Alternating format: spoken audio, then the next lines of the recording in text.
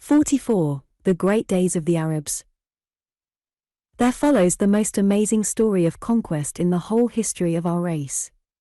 The Byzantine army was smashed at the Battle of the Yarmouk, a tributary of the Jordan, in 634, and the Emperor Heraclius, his energy sapped by dropsy and his resources exhausted by the Persian War, saw his new conquests in Syria, Damascus, Palmyra, Ansh, Jerusalem and the rest fall almost without resistance to the Muslim.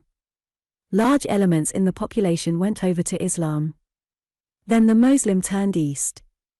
The Persians had found an able general in Rustam. They had a great host with a force of elephants, and for 3 days they fought the Arabs at Qadesiyah, 637, and broke at last in headlong rout.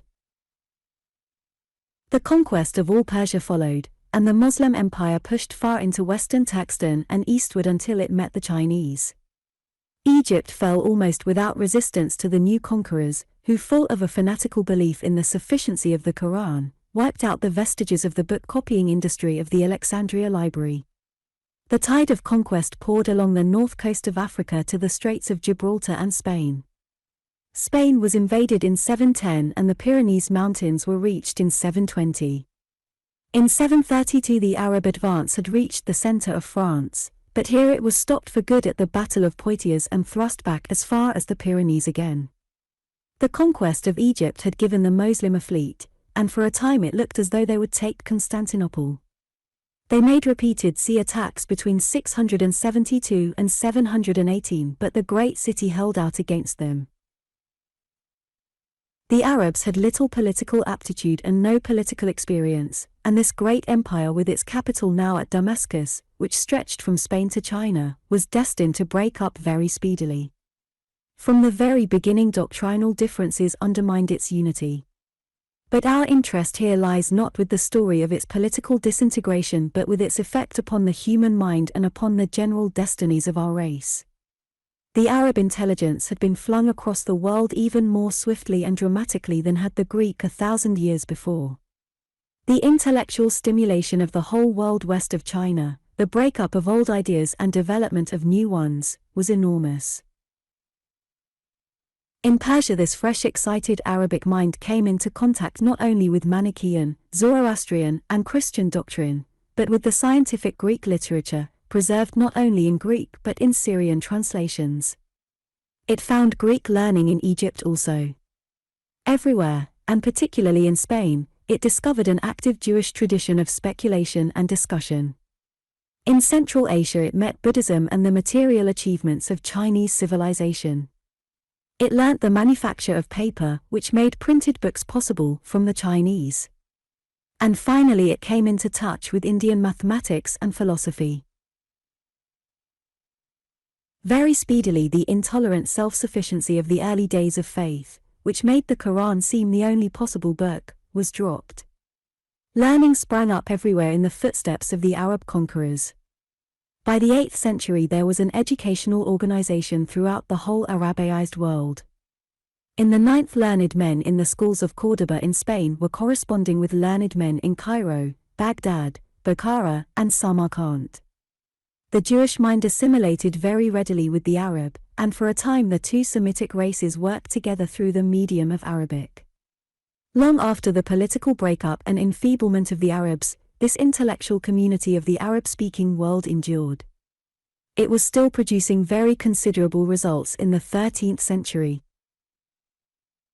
So it was that the systematic accumulation and criticism of facts which was first begun by the Greeks was resumed in this astonishing renaissance of the Semitic world. The seed of Aristotle and the Museum of Alexandria that had lain so long inactive and neglected now germinated and began to grow towards fruition. Very great advances were made in mathematical, medical and physical science. The clumsy Roman numerals were ousted by the Arabic figures we use to this day and the zero sign was first employed. The very name algebra is Arabic. So is the word chemistry. The names of such stars as Algol, Aldebaran and Boötes preserve the traces of Arab conquests in the sky. Their philosophy was destined to reanimate the medieval philosophy of France and Italy and the whole Christian world.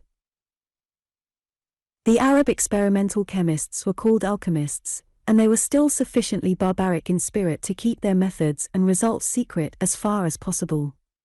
They realized from the very beginning what enormous advantages their possible discoveries might give them, and what far-reaching consequences they might have on human life. They came upon many metallurgical and technical devices of the utmost value, alloys and dyes, distilling, tinctures and essences, optical glass, but the two chief ends they sought in vain. One was the philosopher's stone, a means of changing the metallic elements one into another and so getting a control of artificial gold, and the other was the elixir vitae, a stimulant that would revivify age and prolong life indefinitely. The crabbed patient experimenting of these Arab alchemists spread into the Christian world. The fascination of their inquiries spread. Very gradually the activities of these alchemists became more social and cooperative. They found it profitable to exchange and compare ideas. By insensible gradations the last of the alchemists became the first of the experimental philosophers. The old alchemists sought the philosopher's stone, which was to transmute base metals to gold, and an elixir of immortality. They found the methods of modern experimental science which promise in the end to give man illimitable power over the world and over his own destiny. 45. The development of Latin Christendom. It is worthwhile to note the extremely shrunken dimensions of the share of the world remaining under Aryan control in the 7th and 8th centuries. 1,000 years before, the Aryan-speaking races were triumphant over all the civilized world west of China. Now the Mongol had thrust as far as Hungary. Nothing of Asia remained under Aryan rule except the Byzantine dominions in Asia Minor, and all Africa was lost and nearly all Spain. The great Hellenic world had shrunken to a few possessions round the nucleus of the trading city of Constantinople, and the memory of the Roman world was kept alive by the Latin of the Western Christian priests. In vivid contrast to this tale of retrogression, the Semitic tradition had risen again from subjugation and obscurity after 1,000 years of darkness. Yet the vitality of the Nordic peoples was not exhausted. Confined now to Central and Northwestern Europe and terribly muddled in their social and political ideas, they were nevertheless building up gradually and steadily a new social order and preparing unconsciously for the recovery of a power even more extensive than that they had previously enjoyed. We have told how at the beginning of the 6th century there remained no central government in Western Europe at all. That world was divided up among numbers of local rulers holding their own as they could. This was too insecure a state of affairs to last. A system of cooperation and association grew up in this disorder, the feudal system, which has left its traces upon European life up to the present time. This feudal system was a sort of crystallization of society about power. Everywhere the lone man felt insecure and was prepared to barter a certain amount of his liberty for help and protection. He sought a stronger man as his lord and protector. He gave him military services and paid him dues, and in return he was confirmed in his possession of what was his. His lord again found safety in vassalage to a still greater lord. Cities also found it convenient to have feudal protectors, and monasteries and church estates bound themselves by similar ties. No doubt in many cases allegiance was claimed before it was offered. The system grew downward as well as upward. So a sort of pyramidal system grew up, varying widely in different localities, permitting at first a considerable play of violence and private warfare but making steadily for order and a new reign of law. The pyramids grew up until some became recognizable as kingdoms. Already by the early 6th century a Frankish kingdom existed under its founder Clovis in what is now France and the Netherlands, and presently Visigothic and Lombard and Gothic kingdoms were in existence. The Moslem, when they crossed the Pyrenees in 720, found this Frankish kingdom under the practical rule of Charles Martel, the mayor of the palace of a degenerate descendant of Clovis, and experienced the decisive defeat of Poitiers, 732, at his hands. This Charles Martel was practically overlord of Europe north of the Alps from the Pyrenees to Hungary. He ruled over a multitude of subordinate lords speaking French, Latin, and High and Low German languages. His son Pepin extinguished the last descendants of Clovis and took the kingly state and title. His grandson Charlemagne, who began to reign in 768, found himself lord of a realm so large that he could think of reviving the title of Latin emperor. He conquered North Italy and made himself master of Rome. Approaching the story of Europe as we do from the wider horizons of a world history, we can see much more distinctly than the mere nationalist historian how cramping and disastrous this tradition of the Latin Roman Empire was. A narrow, intense struggle for this phantom predominance was to consume European energy for more than 1,000 years. Through all that period it is possible to trace certain unquenchable antagonisms. They run through the wits of Europe like the obsessions of a demented mind. One driving force was this ambition of successful rulers, which Charlemagne, Charles the Great, embodied, to become Caesar. The realm of Charlemagne consisted of a complex of feudal German states at various stages of barbarism. West of the Rhine, most of these German peoples had learnt to speak various Latinized dialects which fused at last to form French. East of the Rhine, the racially similar German peoples did not lose their German speech. On account of this, communication was difficult between these two groups of barbarian conquerors, and a split easily brought about. The split was made the more easy by the fact that the Frankish usage made it seem natural to divide the empire of Charlemagne among his sons at his death. So one aspect of the history of Europe from the days of Charlemagne onwards is a history of first this monarch and his family, and then that, struggling to a precarious headship of the kings, princes, dukes, bishops, and cities of Europe, while a steadily deepening antagonism between the French and German-speaking elements develops in the medley. There was a formality of election for each emperor, and the climax of his ambition was to struggle to the possession of that worn-out, misplaced capital Rome and to a coronation there. The next factor in the European political disorder was the resolve of the Church at Rome to make no temporal prince but the Pope of Rome himself emperor in effect. He was already Pontifex Maximus. For all practical purposes he held the decaying city. If he had no armies he had at least a vast propaganda organization in his priests throughout the whole Latin world. If he had little power over men's bodies he held the keys of heaven and hell in their imaginations and could exercise much influence upon their souls. So throughout the Middle Ages, while one prince maneuvered against another, first for equality, then for ascendancy, and at last for the supreme prize, the Pope of Rome, sometimes boldly, sometimes craftily, sometimes feebly, for the popes were a succession of oldish men and the average reign of a pope was not more than 2 years, maneuvered for the submission of all the princes to himself as the ultimate overlord of Christendom. But these antagonisms of prince against prince and of emperor against pope do not by any means exhaust the factors of the European confusion. There was still an emperor in Constantinople speaking Greek and claiming the allegiance of all Europe.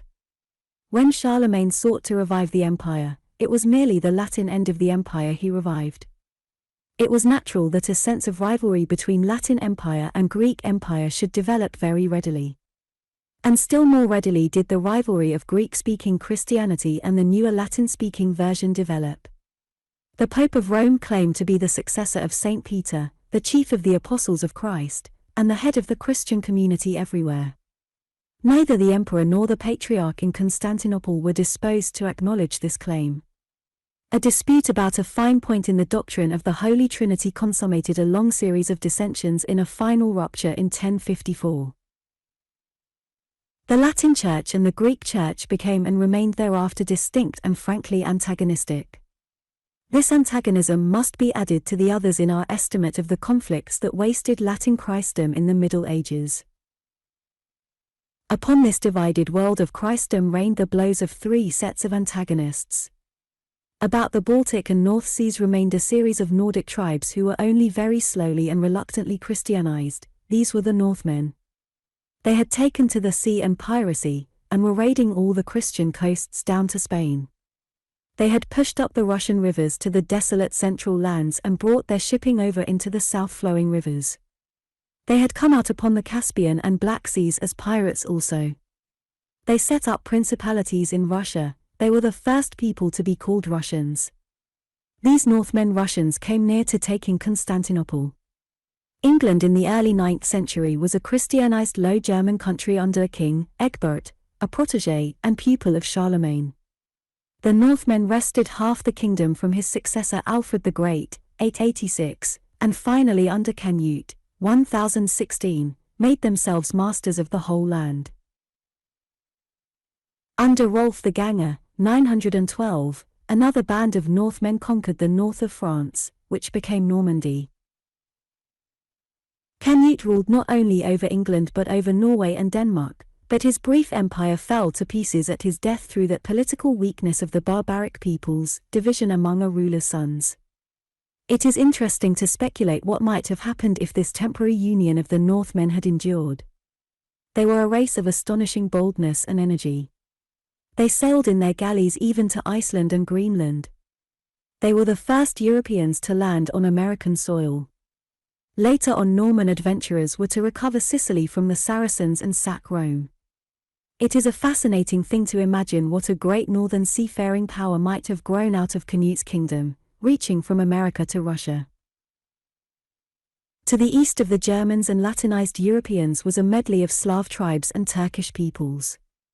Prominent among these were the Magyars or Hungarians who were coming westward throughout the 8th and 9th centuries. Charlemagne held them for a time, but after his death they established themselves in what is now Hungary, and after the fashion of their kindred predecessors, the Huns, raided every summer into the settled parts of Europe. In 938 they went through Germany into France, crossed the Alps into North Italy, and so came home, burning, robbing and destroying.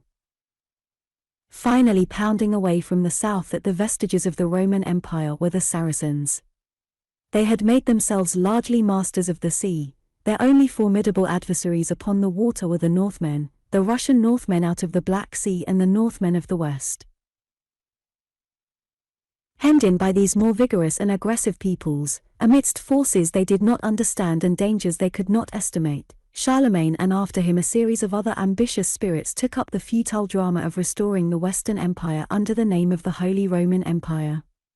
From the time of Charlemagne onward this idea obsessed the political life of Western Europe, while in the east the Greek half of the Roman power decayed and dwindled until at last nothing remained of it at all but the corrupt trading city of Constantinople and a few miles of territory about it. Politically the continent of Europe remained traditional and uncreative from the time of Charlemagne onward for 1,000 years. The name of Charlemagne looms large in European history but his personality is but indistinctly seen. He could not read nor write, but he had a considerable respect for learning. He liked to be read aloud to at meals and he had a weakness for theological discussion. At his winter quarters at Einixlar Chapel or Mayence he gathered about him a number of learned men and picked up much from their conversation. In the summer he made war, against the Spanish Saracens, against the Slavs and Magyars, against the Saxons, and other still heathen German tribes. It is doubtful whether the idea of becoming Caesar in succession to Romulus Augustulus occurred to him before his acquisition of North Italy, or whether it was suggested to him by Pope Leo III, who was anxious to make the Latin Church independent of Constantinople. There were the most extraordinary maneuvers at Rome between the Pope and the prospective emperor in order to make it appear or not appear as if the Pope gave him the imperial crown. The Pope succeeded in crowning his visitor and conqueror by surprise in St. Peter's on Christmas Day 800 AD. He produced a crown, put it on the head of Charlemagne and hailed him Caesar and Augustus. There was great applause among the people. Charlemagne was by no means pleased at the way in which the thing was done, it rankled in his mind as a defeat, and he left the most careful instructions to his son that he was not to let the Pope crown him emperor. He was to seize the crown into his own hands and put it on his own head himself. So at the very outset of this imperial revival we see beginning the age-long dispute of Pope and Emperor for priority. But Louis the Pious, the son of Charlemagne, disregarded his father's instructions and was entirely submissive to the Pope. The empire of Charlemagne fell apart at the death of Louis the Pious and the split between the French-speaking Franks and the German-speaking Franks widened. The next emperor to arise was Otto, the son of a certain Henry the Fowler, a Saxon, who had been elected king of Germany by an assembly of German princes and prelates in 919. Otto descended upon Rome and was crowned emperor there in 962. This Saxon line came to an end early in the 11th century and gave place to other German rulers. The feudal princes and nobles to the west who spoke various French dialects did not fall under the sway of these German emperors after the Carlovingian line, the line that is descended from Charlemagne, had come to an end, and no part of Britain ever came into the Holy Roman Empire. The Duke of Normandy, the King of France and a number of lesser feudal rulers remained outside. In 987 the Kingdom of France passed out of the possession of the Carlovingian line into the hands of Hugh Capet, whose descendants were still reigning in the 18th century. At the time of Hugh Capet the King of France ruled only a comparatively small territory round Paris. In 1066 England was attacked almost simultaneously by an invasion of the Norwegian Northmen under King Harold Hardrada and by the Latinized Northmen under the Duke of Normandy. Harold King of England defeated the former at the Battle of Stamford Bridge, and was defeated by the latter at Hastings. England was conquered by the Normans, and so cut off from Scandinavian, Teutonic and Russian affairs, and brought into the most intimate relations and conflicts with the French. For the next 4 centuries the English were entangled in the conflicts of the French feudal princes and wasted upon the fields of France. 46. The Crusades and the Age of Papal Dominion. It is interesting to note that Charlemagne corresponded with the Caliph Harun al-Rashid, the Harun al-Rashid of the Arabian Nights. It is recorded that Harun al-Rashid sent ambassadors from Baghdad, which had now replaced Damascus as the Muslim capital, with a splendid tent, a water clock, an elephant, and the keys of the Holy Sepulchre. This latter present was admirably calculated to set the Byzantine Empire and this new Holy Roman Empire by the ears as to which was the proper protector of the Christians in Jerusalem. These presents remind us that while Europe in the 9th century was still a weltering disorder of war and pillage, there flourished a great Arab empire in Egypt and Mesopotamia, far more civilized than anything Europe could show. Here literature and science still lived, the arts flourished, and the mind of man could move without fear or superstition. And even in Spain and North Africa where the Saracenic dominions were falling into political confusion there was a vigorous intellectual life. Aristotle was read and discussed by these Jews and Arabs during these centuries of European darkness.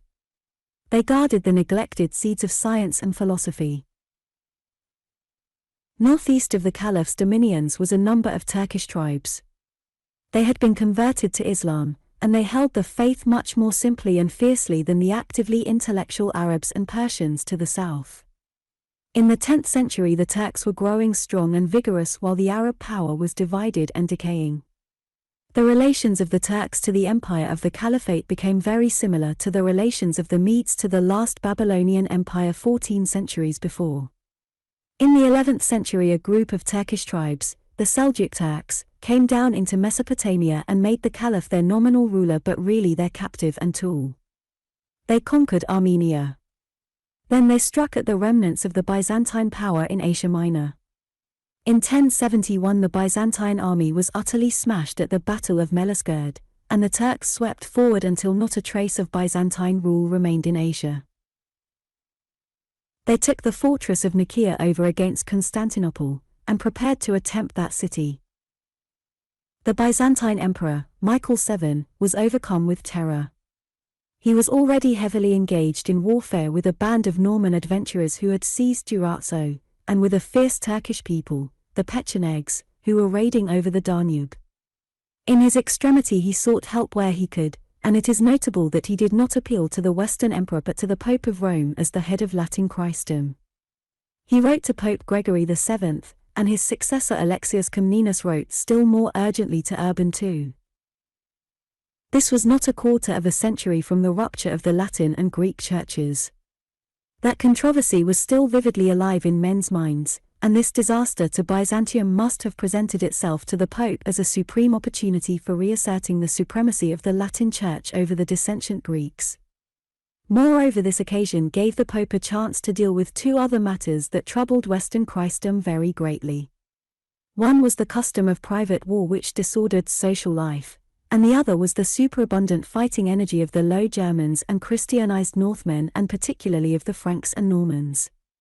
A religious war, the Crusade, the War of the Cross, was preached against the Turkish captors of Jerusalem, and a truce to all warfare amongst Christians, 1095.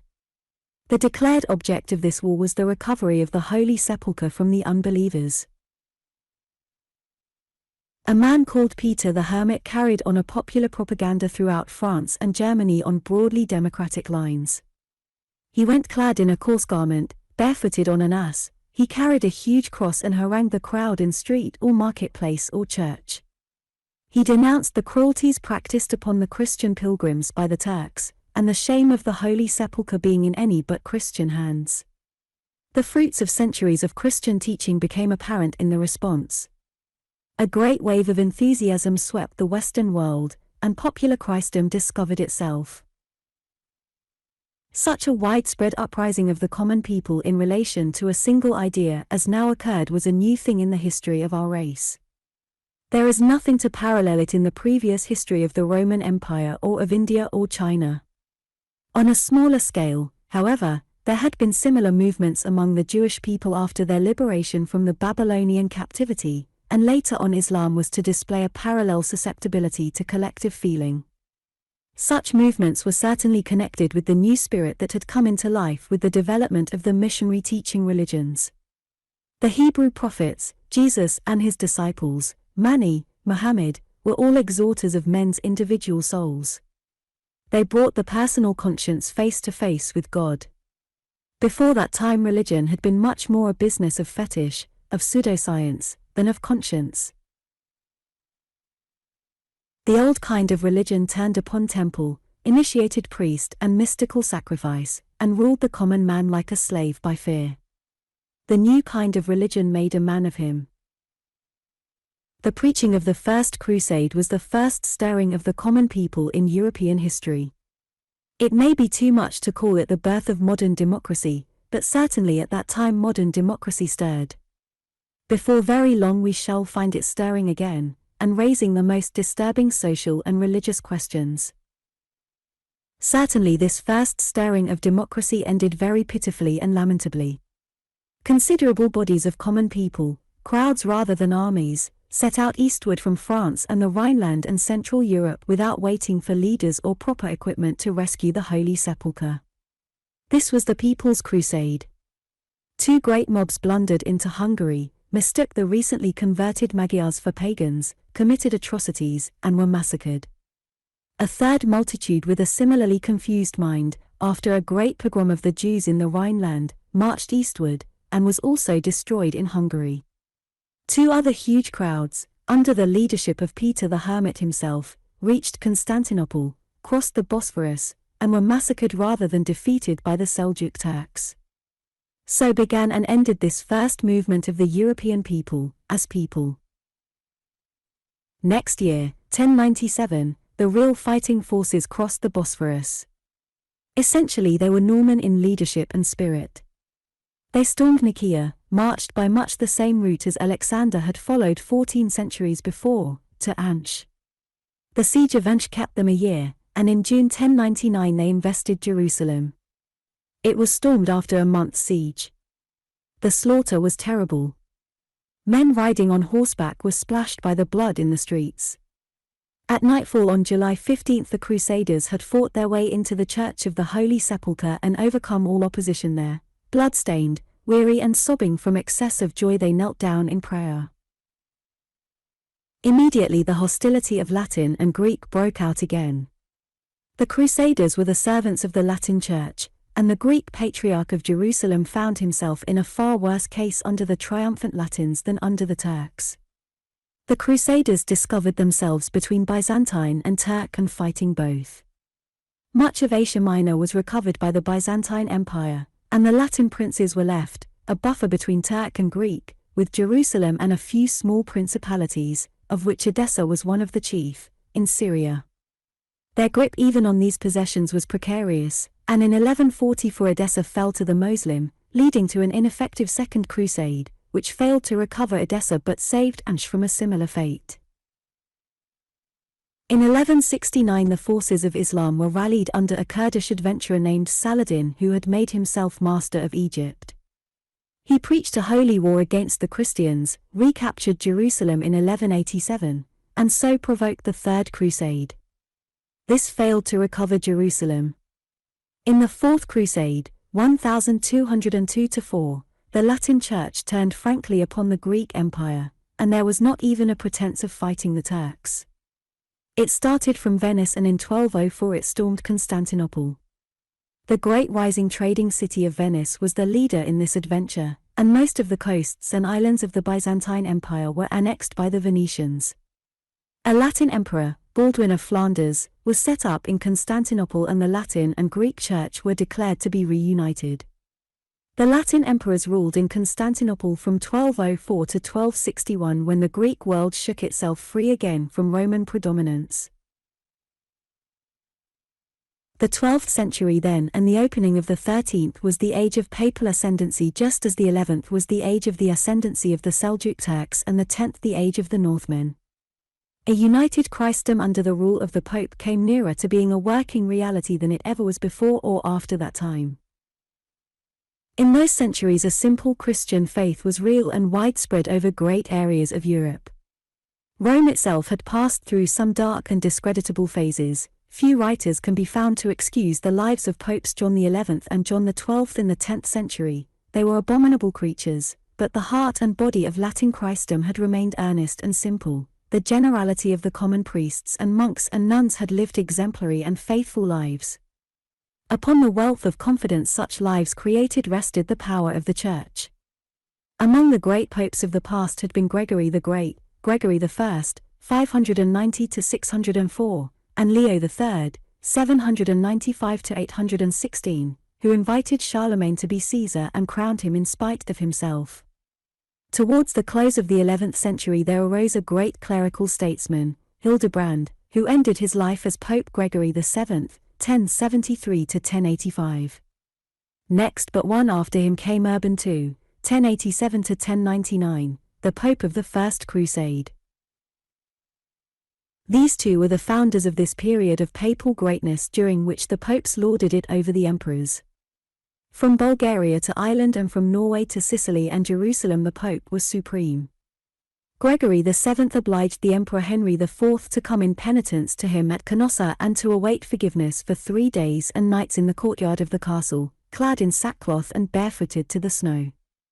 In 1176 at Venice the Emperor Frederick Barbarossa, knelt to Pope Alexander III and swore fealty to him. The great power of the Church in the beginning of the 11th century lay in the wills and consciences of men. It failed to retain the moral prestige on which its power was based. In the opening decades of the 14th century it was discovered that the power of the Pope had evaporated. What was it that destroyed the naive confidence of the common people of Christendom in the Church so that they would no longer rally to its appeal and serve its purposes? The first trouble was certainly the accumulation of wealth by the Church. The Church never died, and there was a frequent disposition on the part of dying childless people to leave lands to the Church. Penitent sinners were exhorted to do so. Accordingly, in many European countries as much as a fourth of the land became Church property. The appetite for property grows with what it feeds upon. Already in the 13th century it was being said everywhere that the priests were not good men, that they were always hunting for money and legacies. The kings and princes disliked this alienation of property very greatly. In the place of feudal lords capable of military support, they found their land supporting abbeys and monks and nuns. And these lands were really under foreign dominion. Even before the time of Pope Gregory VII there had been a struggle between the princes and the papacy over the question of investitures, the question that is of who should appoint the bishops. If that power rested with the Pope and not the king, then the latter lost control not only of the consciences of his subjects but of a considerable part of his dominions.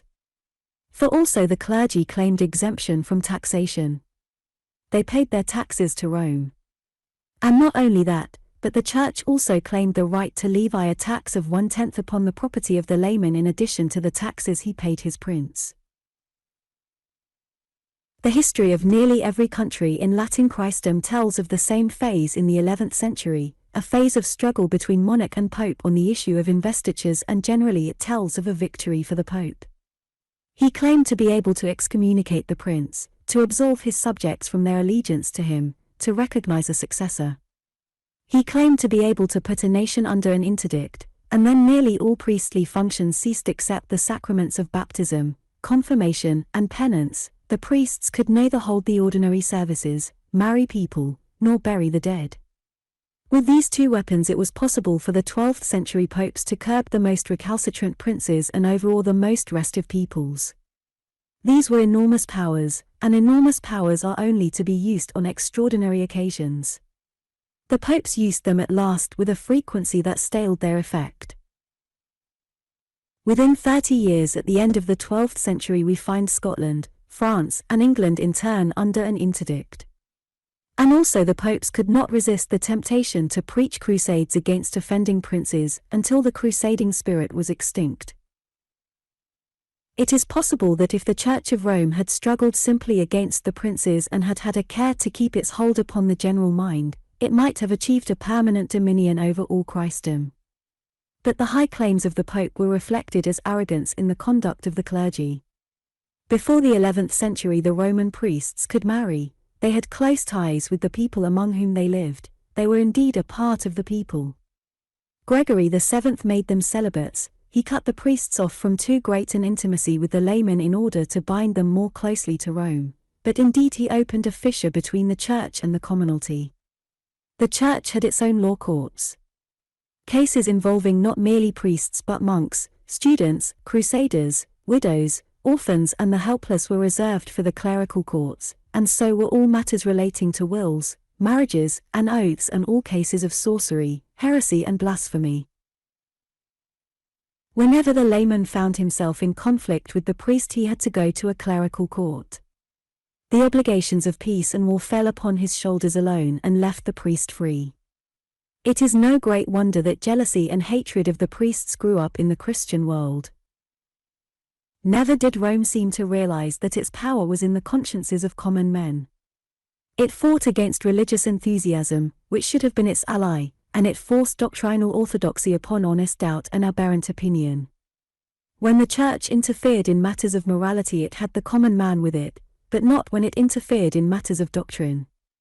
When in the south of France Waldo taught a return to the simplicity of Jesus in faith and life, Innocent III preached a crusade against the Waldenses, Waldo's followers, and permitted them to be suppressed with fire, sword, rape and the most abominable cruelties. When again Saint Francis of Assisi, 1181–1226, taught the imitation of Christ and a life of poverty and service, his followers, the Franciscans, were persecuted, scourged, imprisoned and dispersed. In 1318 4 of them were burnt alive at Marseilles. On the other hand the fiercely orthodox order of the Dominicans, founded by St. Dominic, 1170–1221, was strongly supported by Innocent III, who with its assistance set up an organization, the Inquisition, for the hunting of heresy and the affliction of free thought. So it was that the Church by excessive claims, by unrighteous privileges, and by an irrational intolerance destroyed that free faith of the common man which was the final source of all its power. The story of its decline tells of no adequate foeman from without but continually of decay from within. 47. Recalcitrant princes and the Great Schism. One very great weakness of the Roman Church in its struggle to secure the headship of all Christendom was the manner in which the Pope was chosen. If indeed the papacy was to achieve its manifest ambition and establish one rule and one peace throughout Christendom, then it was vitally necessary that it should have a strong, steady, and continuous direction. In those great days of its opportunity it needed before all things that the popes when they took office should be able men in the prime of life, that each should have his successor designate with whom he could discuss the policy of the Church, and that the forms and processes of election should be clear, definite, unalterable and unassailable. Unhappily none of these things obtained. It was not even clear who could vote in the election of a pope, nor whether the Byzantine or Holy Roman Emperor had a voice in the matter. That very great papal statesman Hildebrand, Pope Gregory VII, 1073–1085, did much to regularize the election. He confined the votes to the Roman cardinals and he reduced the emperor's share to a formula of assent conceded to him by the Church, but he made no provision for a successor designate, and he left it possible for the disputes of the cardinals to keep the see vacant, as in some cases it was kept vacant, for a year or more. The consequences of this want of firm definition are to be seen in the whole history of the papacy up to the 16th century. From quite early times onward there were disputed elections and two or more men each claiming to be pope. The Church would then be subjected to the indignity of going to the emperor or some other outside arbiter to settle the dispute. And the career of every one of the great popes ended in a note of interrogation. At his death the Church might be left headless and as ineffective as a decapitated body. Or he might be replaced by some old rival eager only to discredit and undo his work. Or some enfeebled old man tottering on the brink of the grave might succeed him. It was inevitable that this peculiar weakness of the papal organization should attract the interference of the various German princes, the French king, and the Norman and French kings who ruled in England, that they should all try to influence the elections, and have a pope in their own interest established in the Lateran Palace at Rome. And the more powerful and important the pope became in European affairs, the more urgent did these interventions become. Under the circumstances it is no great wonder that many of the popes were weak and futile. The astonishing thing is that many of them were able and courageous men. One of the most vigorous and interesting of the popes of this great period was Innocent III, 1198 to 1216, who was so fortunate as to become pope before he was 38. He and his successors were pitted against an even more interesting personality, the Emperor Frederick II, Stupa Mundi he was called, the wonder of the world. The struggle of this monarch against Rome is a turning place in history. In the end Rome defeated him and destroyed his dynasty, but he left the prestige of the Church and Pope so badly wounded that its wounds festered and led to its decay. Frederick was the son of the Emperor Henry VI and his mother was the daughter of Roger I, the Norman king of Sicily. He inherited this kingdom in 1198 when he was a child of 4 years. Innocent III had been made his guardian. Sicily in those days had been but recently conquered by the Normans. The court was half Oriental and full of highly educated Arabs, and some of these were associated in the education of the young king. No doubt they were at some pains to make their point of view clear to him. He got a Muslim view of Christianity as well as a Christian view of Islam, and the unhappy result of this double system of instruction was a view, exceptional in that age of faith, that all religions were impostures. He talked freely on the subject, his heresies and blasphemies are on record. As the young man grew up he found himself in conflict with his guardian. Innocent III wanted altogether too much from his ward. When the opportunity came for Frederick to succeed as emperor, the Pope intervened with conditions. Frederick must promise to put down heresy in Germany with a strong hand. Moreover, he must relinquish his crown in Sicily and South Italy, because otherwise he would be too strong for the Pope.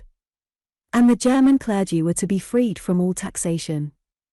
Frederick agreed, but with no intention of keeping his word. The Pope had already induced the French king to make war upon his own subjects in France, the cruel and bloody crusade against the Waldenses. He wanted Frederick to do the same thing in Germany. But Frederick, being far more of a heretic than any of the simple pietists who had incurred the Pope's animosity, lacked the crusading impulse.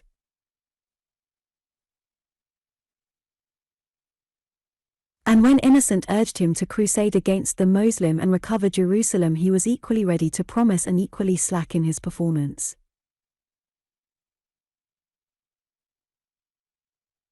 Having secured the imperial crown, Frederick II stayed in Sicily, which he greatly preferred to Germany as a residence, and did nothing to redeem any of his promises to Innocent III, who died baffled in 1216. Honorius III, who succeeded Innocent, could do no better with Frederick, and Gregory IX, 1227, came to the papal throne evidently resolved to settle accounts with this young man at any cost. He excommunicated him. Frederick too was denied all the comforts of religion. In the half-Arab court of Sicily this produced singularly little discomfort. And also the Pope addressed a public letter to the emperor reciting his vices, which were indisputable, his heresies, and his general misconduct. To this Frederick replied in a document of diabolical ability. It was addressed to all the princes of Europe, and it made the first clear statement of the issue between the Pope and the princes. He made a shattering attack upon the manifest ambition of the Pope to become the absolute ruler of all Europe. He suggested a union of princes against this usurpation. He directed the attention of the princes specifically to the wealth of the Church. Having fired off this deadly missile, Frederick resolved to perform his 12-year-old promise and go upon a crusade. This was the Sixth Crusade, 1228. It was as a crusade, farcical. Frederick too went to Egypt and met and discussed affairs with the Sultan. These two gentlemen, both of skeptical opinions, exchanged congenial views, made a commercial convention to their mutual advantage, and agreed to transfer Jerusalem to Frederick. This indeed was a new sort of crusade, a crusade by private treaty. Here was no blood splashing the conqueror, no weeping with excess of joy. As this astonishing crusader was an excommunicated man, he had to be content with a purely secular coronation as King of Jerusalem, taking the crown from the altar with his own hand, for all the clergy were bound to shun him. He then returned to Italy, chased the papal armies which had invaded his dominions back to their own territories, and obliged the Pope to grant him absolution from his excommunication. So a prince might treat the Pope in the 13th century, and there was now no storm of popular indignation to avenge him. Those days were past. In 1239 Gregory IX resumed his struggle with Frederick, excommunicated him for a second time, and renewed that warfare of public abuse in which the papacy had already suffered severely. The controversy was revived after Gregory IX was dead, when Innocent IV was pope, and again a devastating letter, which men were bound to remember, was written by Frederick against the Church. He denounced the pride and irreligion of the clergy, and ascribed all the corruptions of the time to their pride and wealth. He proposed to his fellow princes a general confiscation of church property for the good of the Church. It was a suggestion that never afterwards left the imagination of the European princes. We will not go on to tell of his last years. The particular events of his life are far less significant than its general atmosphere. It is possible to piece together something of his court life in Sicily. He was luxurious in his way of living, and fond of beautiful things. He is described as licentious. But it is clear that he was a man of very effectual curiosity and inquiry. He gathered Jewish and Moslem as well as Christian philosophers at his court, and he did much to irrigate the Italian mind with Saracenic influences. Through him the Arabic numerals and algebra were introduced to Christian students, and among other philosophers at his court was Michael Scott, who translated portions of Aristotle and the commentaries thereon of the great Arab philosopher Averroes, of Córdoba. In 1224 Frederick founded the University of Naples, and he enlarged and enriched the great medical school at Salerno University. He also founded a zoological garden. He left a book on hawking, which shows him to have been an acute observer of the habits of birds, and he was one of the first Italians to write Italian verse.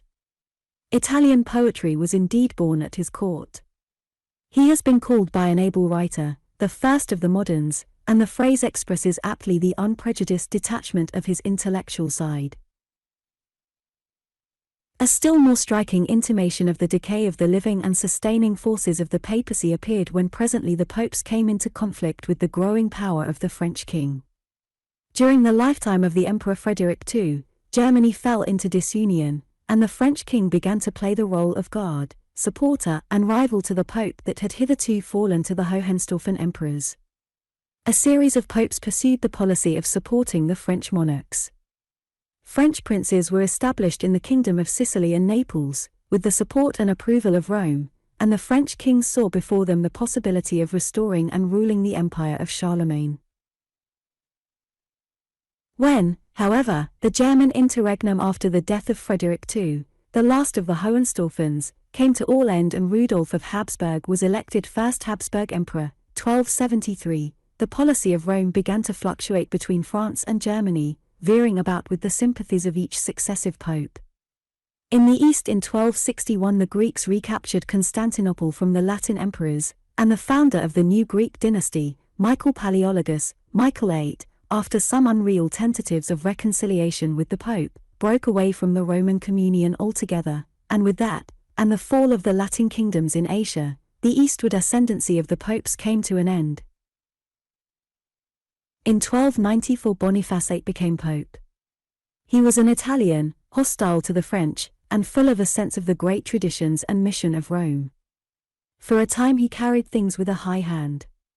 In 1300 he held a jubilee, and a vast multitude of pilgrims assembled in Rome. So great was the influx of money into the papal treasury, that 2 assistants were kept busy with the rakes collecting the offerings that were deposited at the tomb of St. Peter. 5. But this festival was a delusive triumph. Boniface came into conflict with the French king in 1302, and in 1303, as he was about to pronounce sentence of excommunication against that monarch, he was surprised and arrested in his own ancestral palace at Anagni, by Guillaume de Nogaret. This agent from the French king forced an entrance into the palace, made his way into the bedroom of the frightened pope. He was lying in bed with a cross in his hands, and heaped threats and insults upon him. The pope was liberated a day or so later by the townspeople, and returned to Rome, but there he was seized upon and again made prisoner by the Orsini family, and in a few weeks' time the shocked and disillusioned old man died a prisoner in their hands. The people of Anagni did resent the first outrage, and rose against Nogaret to liberate Boniface, but then Anagni was the pope's native town. The important point to note is that the French king in this rough treatment of the head of Christendom was acting with the full approval of his people. He had summoned a council of the 3 estates of France, lords, church and commons, and gained their consent before proceeding to extremities. Neither in Italy, Germany nor England was there the slightest general manifestation of disapproval at this free handling of the sovereign pontiff. The idea of Christendom had decayed until its power over the minds of men had gone. Throughout the 14th century the papacy did nothing to recover its moral sway. The next pope elected, Clement V, was a Frenchman, the choice of King Philip of France. He never came to Rome. He set up his court in the town of Avignon, which then belonged not to France but to the Papal See, though embedded in French territory, and there his successors remained until 1377, when Pope Gregory XI returned to the Vatican Palace in Rome. But Gregory XI did not take the sympathies of the whole Church with him. Many of the cardinals were of French origin and their habits and associations were rooted deep at Avignon. When in 1378 Gregory XI died, and an Italian, Urban VI, was elected, these dissentient cardinals declared the election invalid, and elected another pope, the antipope, Clement VII. This split is called the Great Schism. The popes remained in Rome, and all the anti-French powers, the Emperor, the King of England, Hungary, Poland and the north of Europe were loyal to them. The antipopes, on the other hand, continued in Avignon, and were supported by the King of France, his ally the King of Scotland, Spain, Portugal and various German princes. Each pope excommunicated and cursed the adherents of his rival, 1378 to 1417.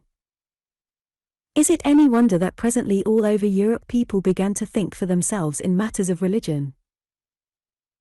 The beginnings of the Franciscans and the Dominicans, which we have noted in the preceding chapters, were but 2 among many of the new forces that were arising in Christendom, either to hold or shatter the Church as its own wisdom might decide. Those 2 orders the Church did assimilate and use, though with a little violence in the case of the former.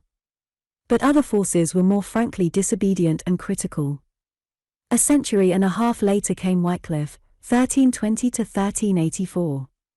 He was a learned doctor at Oxford. Quite late in his life he began a series of outspoken criticisms of the corruption of the clergy and the unwisdom of the Church. He organized a number of poor priests, the Wycliffites, to spread his ideas throughout England, and in order that people should judge between the Church and himself, he translated the Bible into English. He was a more learned and far abler man than either St. Francis or St. Dominic. He had supporters in high places and a great following among the people, and though Rome raged against him, and ordered his imprisonment, he died a free man. But the black and ancient spirit that was leading the Catholic Church to its destruction would not let his bones rest in the grave. By a decree of the Council of Constance in 1415, his remains were ordered to be dug up and burnt, an order which was carried out at the command of Pope Martin V by Bishop Fleming in 1428.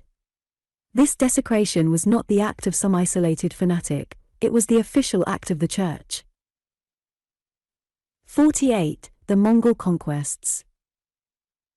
But in the 13th century, while this strange and finally ineffectual struggle to unify Christendom under the rule of the Pope was going on in Europe, far more momentous events were afoot upon the larger stage of Asia. A Turkish people from the country to the north of China rose suddenly to prominence in the world's affairs, and achieved such a series of conquests as has no parallel in history. These were the Mongols. At the opening of the 13th century they were a horde of nomadic horsemen, living very much as their predecessors, the Huns, had done, subsisting chiefly upon meat and mare's milk and living in tents of skin. They had shaken themselves free from Chinese dominion, and brought a number of other Turkish tribes into a military confederacy. Their central camp was at Karakorum in Mongolia. At this time China was in a state of division. The great dynasty of Tang had passed into decay by the 10th century, and after a phase of division into warring states, three main empires, that of Qin in the north with Pekin as its capital and that of Sung in the south with a capital at Nankin, and Xi'an in the center, remain.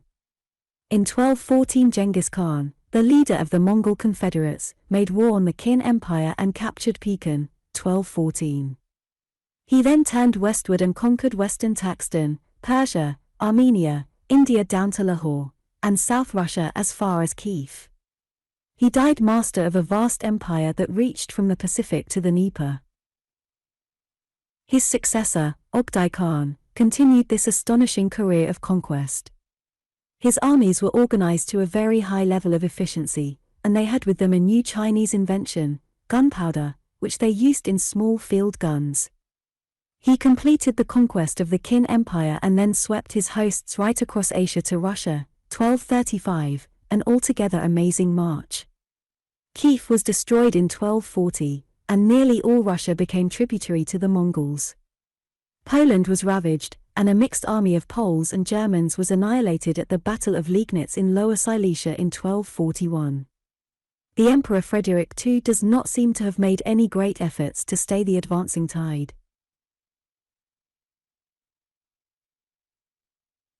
It is only recently, says Berry in his notes to Gibbon's Decline and Fall of the Roman Empire, that European history has begun to understand that the successes of the Mongol army which overran Poland and occupied Hungary in the spring of AD 1241 were won by consummate strategy and were not due to a mere overwhelming superiority of numbers. But this fact has not yet become a matter of common knowledge. The vulgar opinion which represents the Tatars as a wild horde carrying all before them solely by their multitude, and galloping through Eastern Europe without a strategic plan, rushing at all obstacles and overcoming them by mere weight, still prevails. It was wonderful how punctually and effectually the arrangements were carried out in operations extending from the lower Vistula to Transylvania.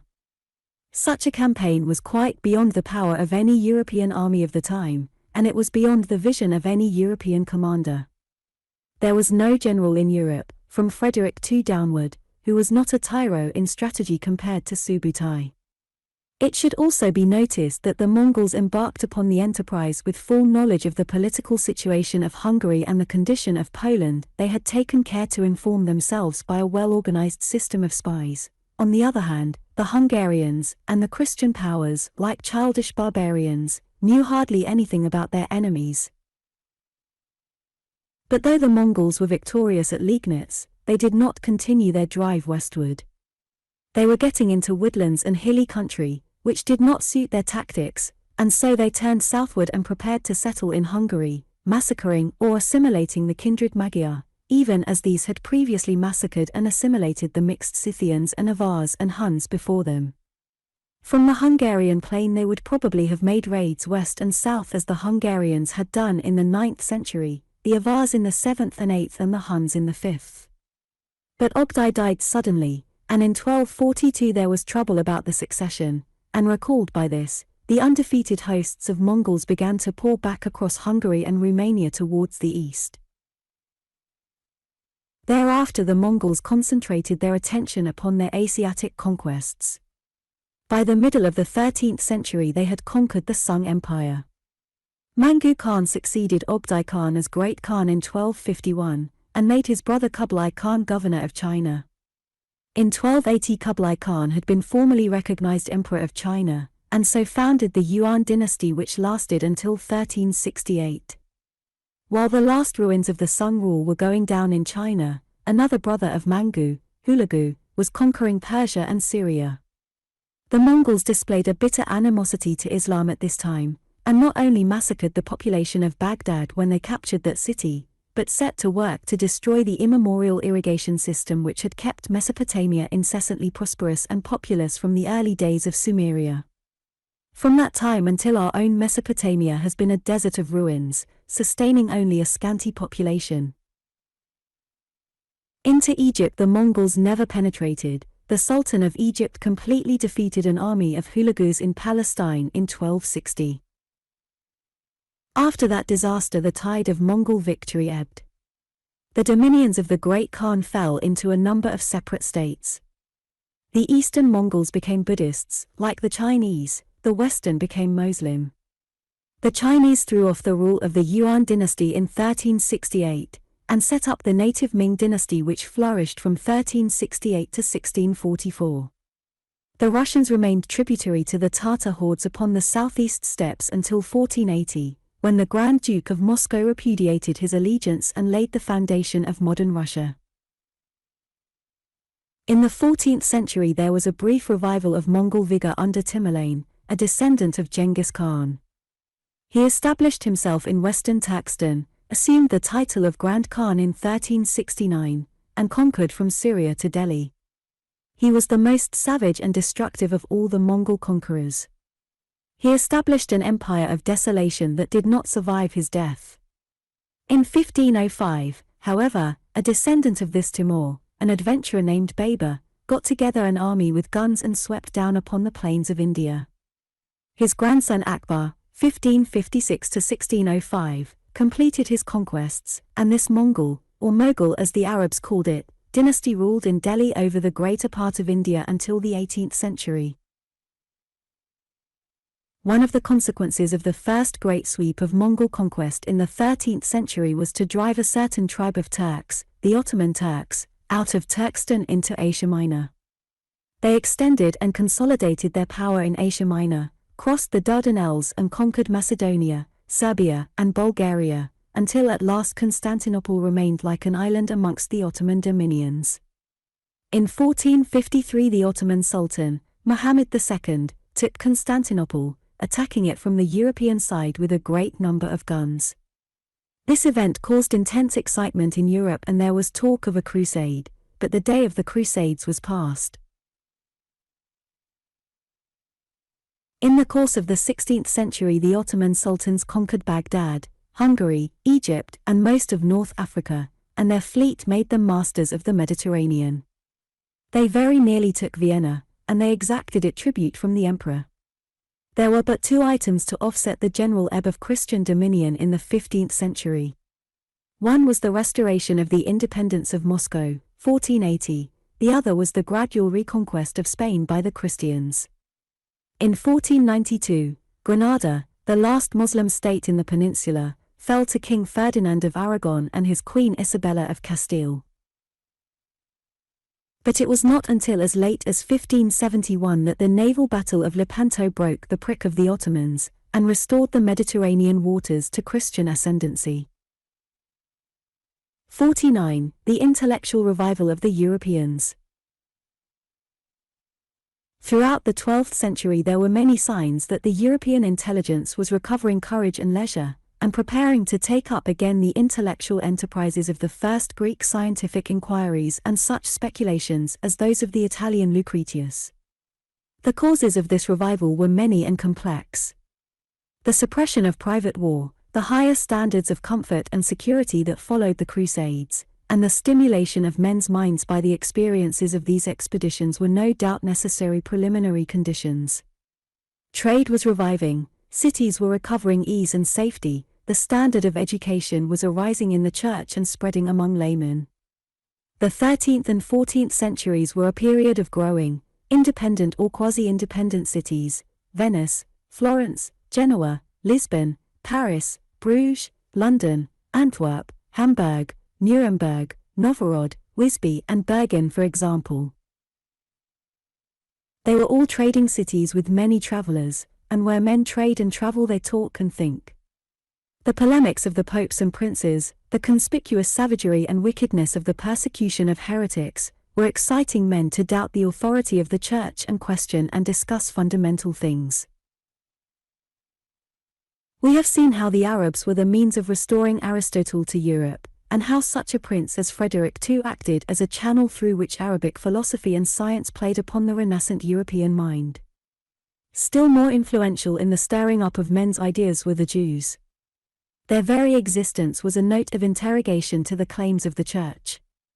And finally, the secret, fascinating inquiries of the alchemists were spreading far and wide and setting men to the petty, furtive, and yet fruitful resumption of experimental science.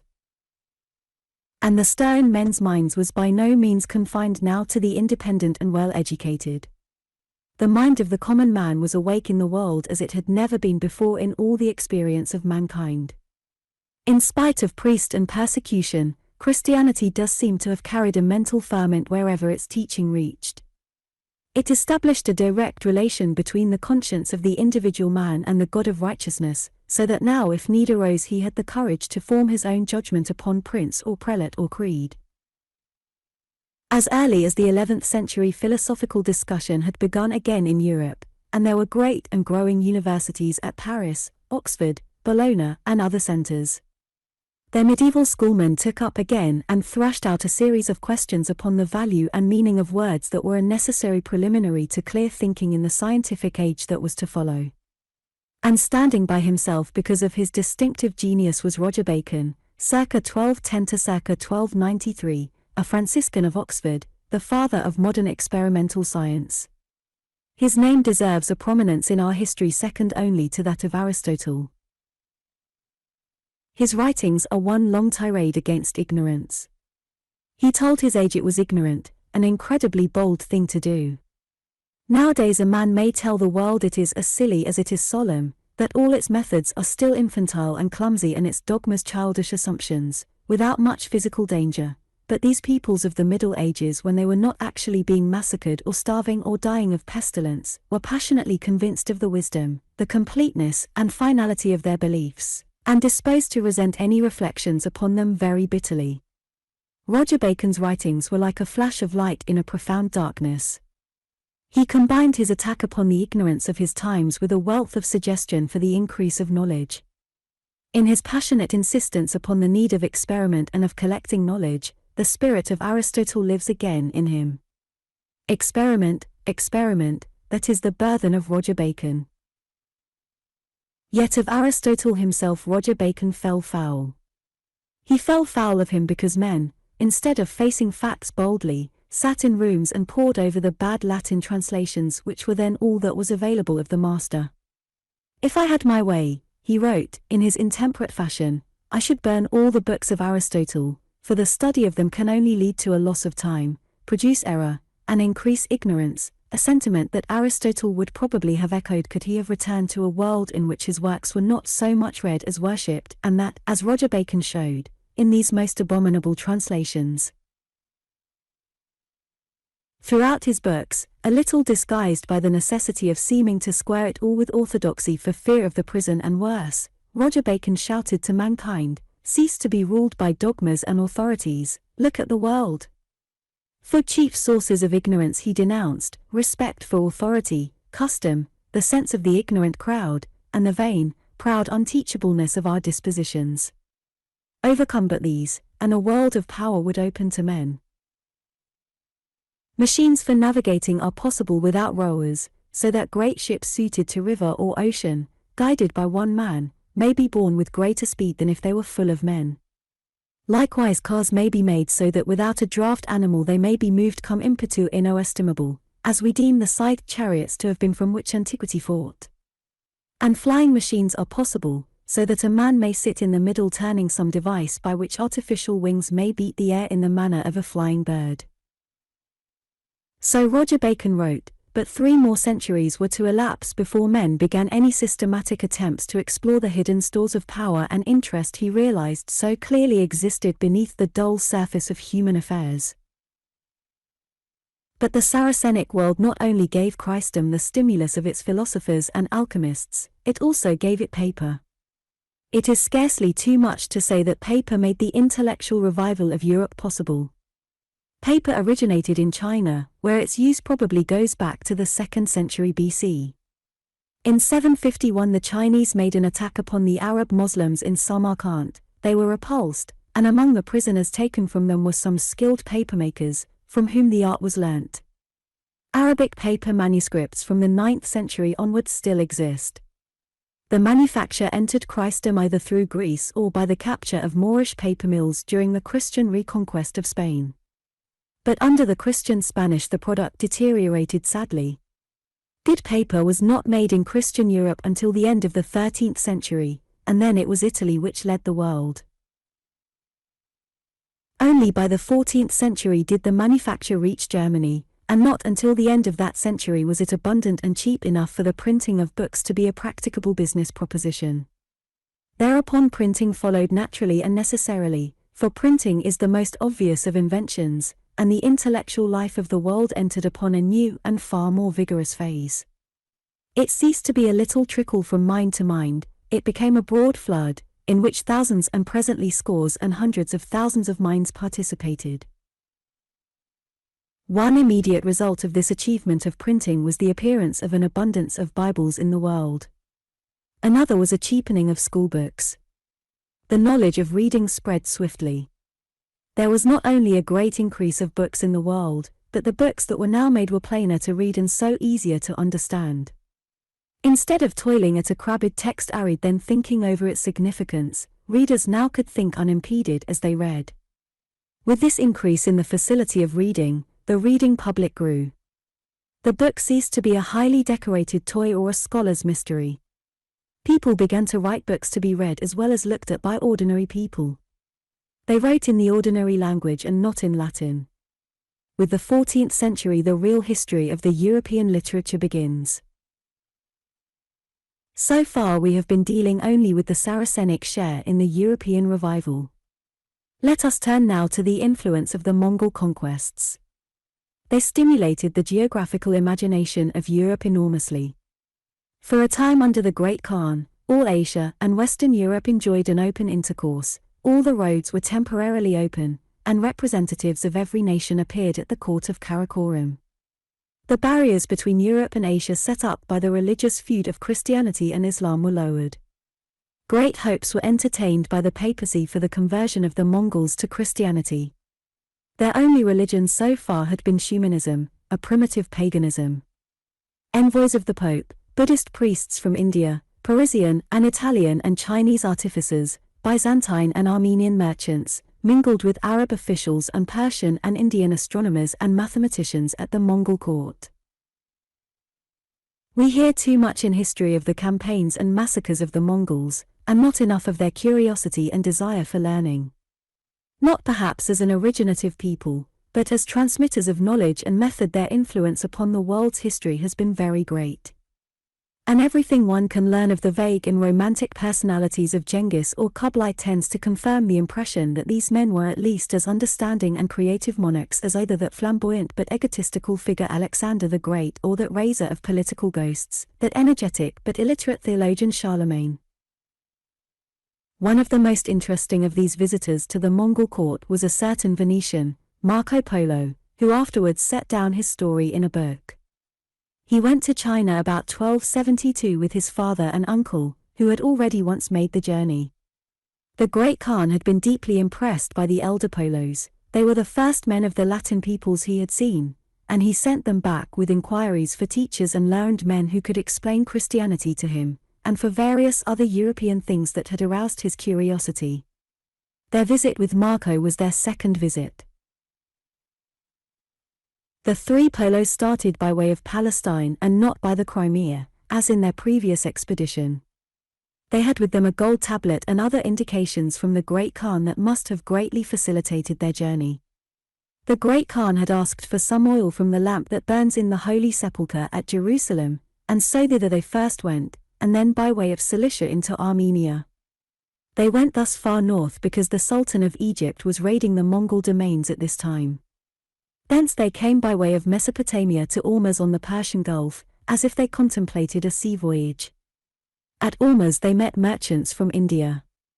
For some reason they did not take ship, but instead turned northward through the Persian deserts, and so by way of Balkh over the Pamir to Kasha, and by way of Khotan and the Lobnor into the Huangho Valley and on to Pekin. At Pekin was the Great Khan, and they were hospitably entertained.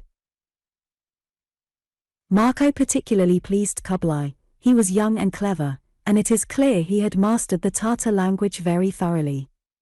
He was given an official position and sent on several missions, chiefly in southwest China.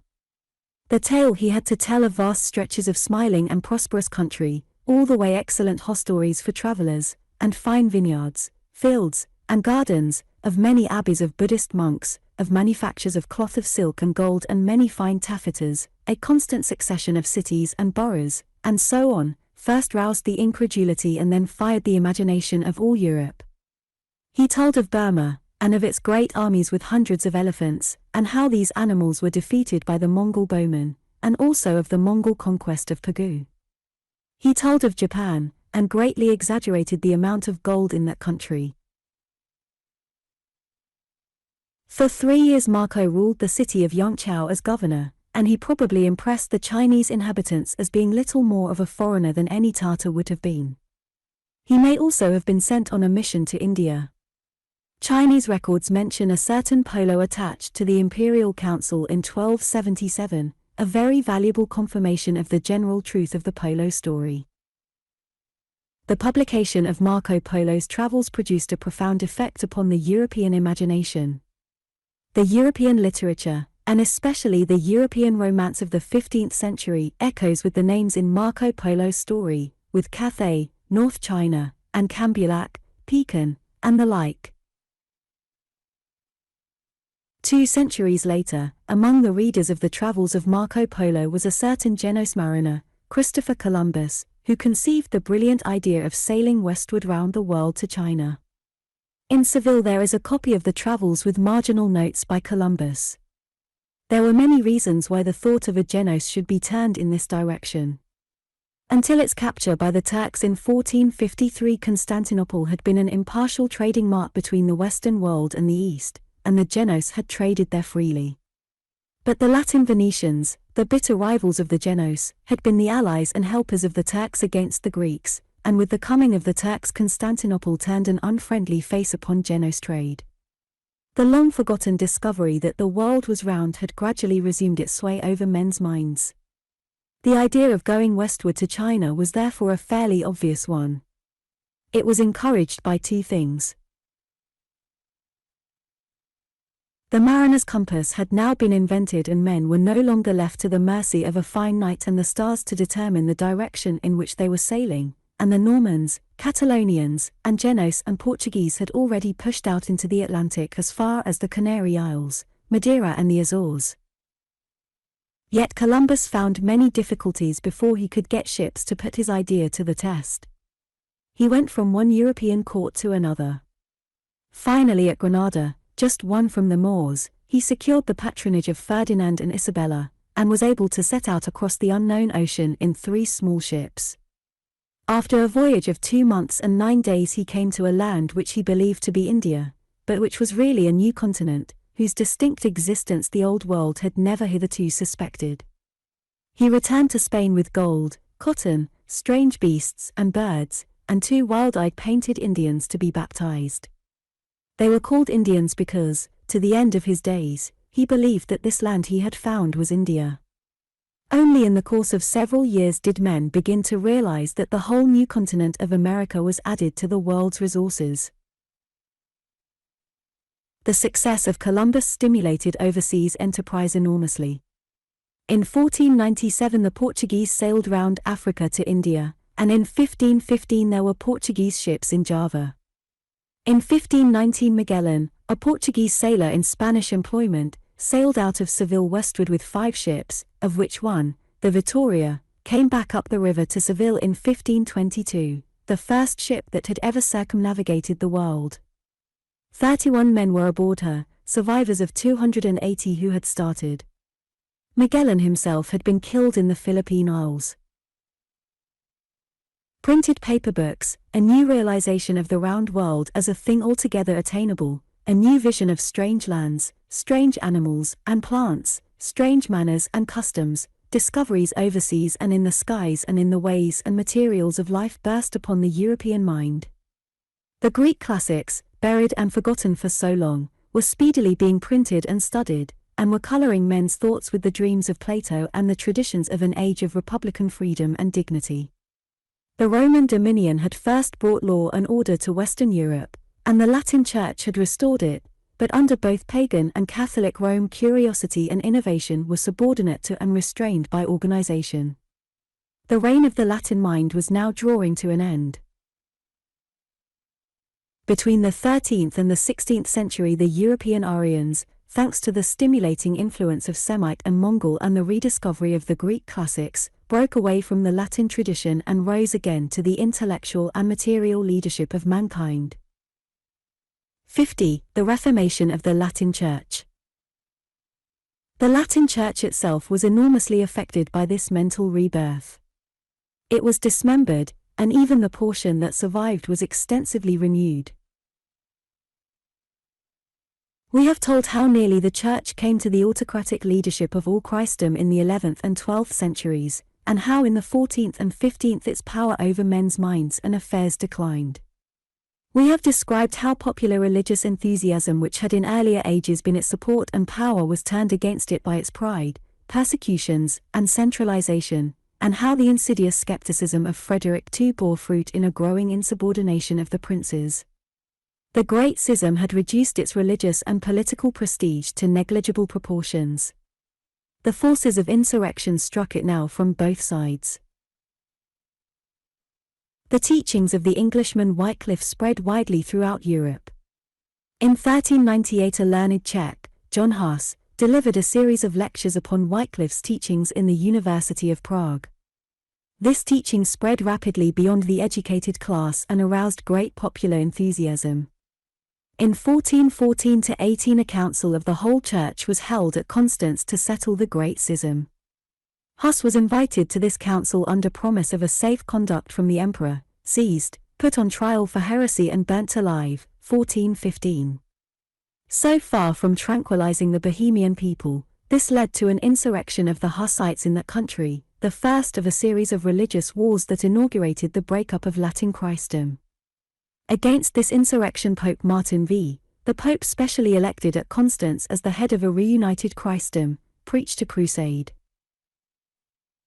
5 crusades in all were launched upon this sturdy little people and all of them failed. All the unemployed ruffianism of Europe was turned upon Bohemia in the 15th century, just as in the 13th it had been turned upon the Waldenses. But the Bohemian Czechs, unlike the Waldenses, believed in armed resistance. The Bohemian Crusade dissolved and streamed away from the battlefield at the sound of the Hussites' wagons and the distant chanting of their troops. It did not even wait to fight. Battle of Domuslas, 1431. In 1436 an agreement was patched up with the Hussites by a new council of the Church at Basel in which many of the special objections to Latin practice were conceded. In the 15th century a great pestilence had produced much social disorganization throughout Europe.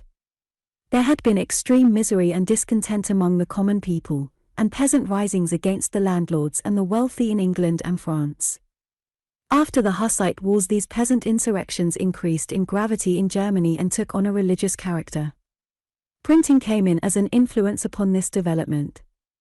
By the middle of the 15th century there were printers at work with movable type in Holland and the Rhineland.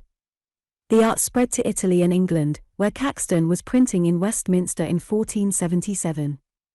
The immediate consequence was a great increase and distribution of Bibles, and greatly increased facilities for widespread popular controversies. The European world became a world of readers, to an extent that had never happened to any community in the past. And this sudden irrigation of the general mind with clearer ideas and more accessible information occurred just at a time when the Church was confused and divided and not in a position to defend itself effectively, and when many princes were looking for means to weaken its hold upon the vast wealth it claimed in their dominions. In Germany, the attack upon the Church gathered round the personality of an ex-monk, Martin Luther, 1483–1546, who appeared in Wittenberg in 1517 offering disputations against various orthodox doctrines and practices. At first he disputed in Latin in the fashion of the schoolmen. Then he took up the new weapon of the printed word and scattered his views far and wide in German addressed to the ordinary people.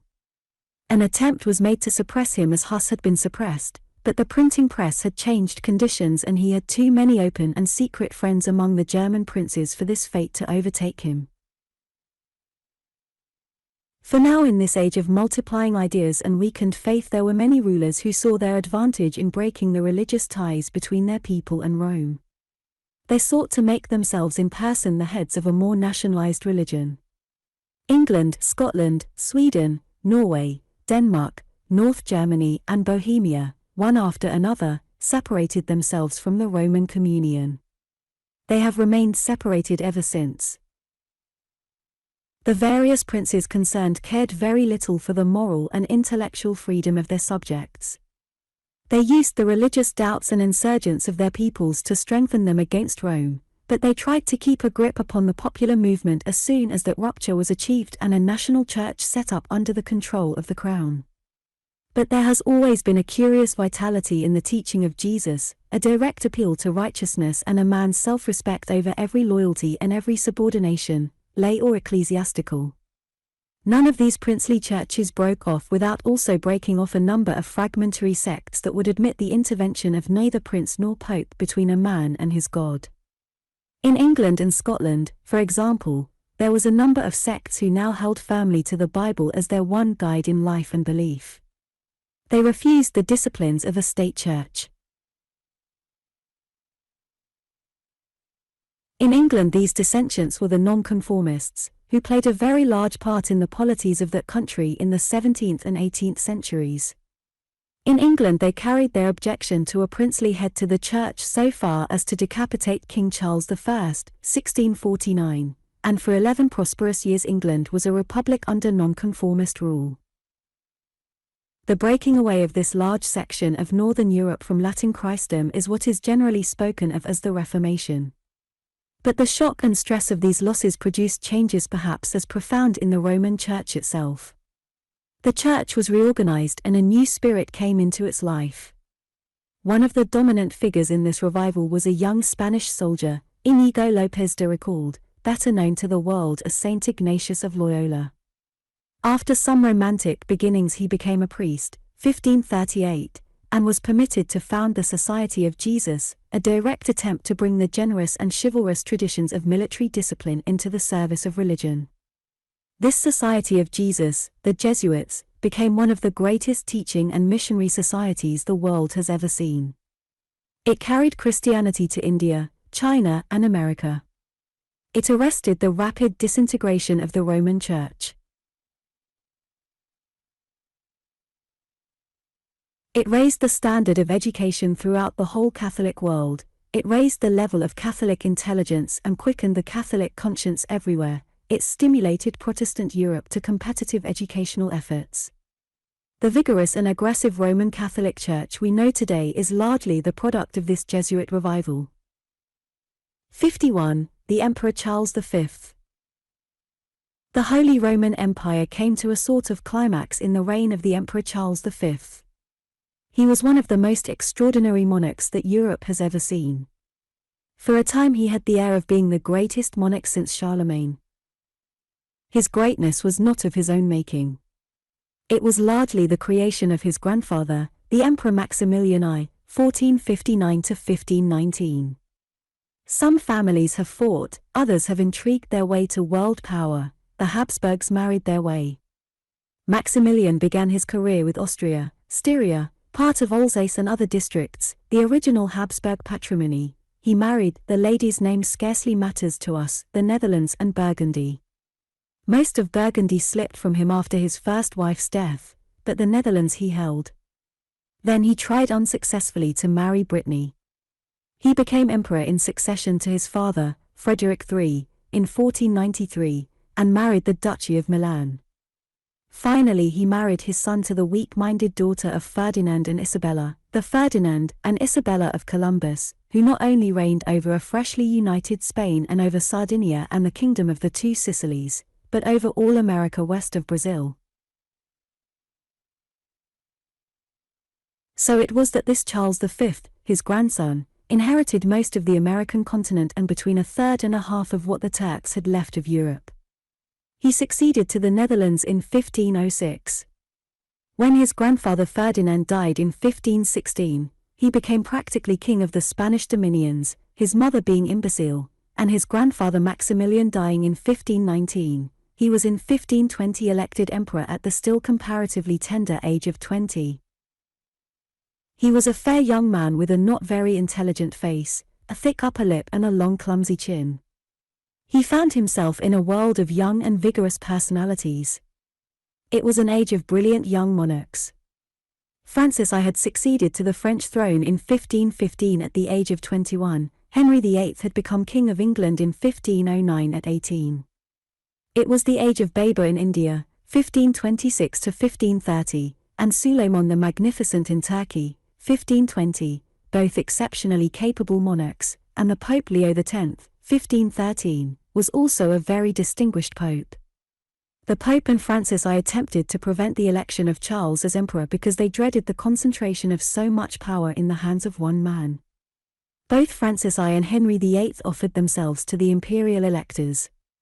But there was now a long-established tradition of Habsburg emperors, since 1273, and some energetic bribery secured the election for Charles. At first the young man was very much a magnificent puppet in the hands of his ministers. Then slowly he began to assert himself and take control. He began to realize something of the threatening complexities of his exalted position. It was a position as unsound as it was splendid. From the very outset of his reign he was faced by the situation created by Luther's agitations in Germany.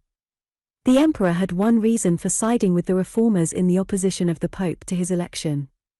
But he had been brought up in Spain, that most Catholic of countries, and he decided against Luther.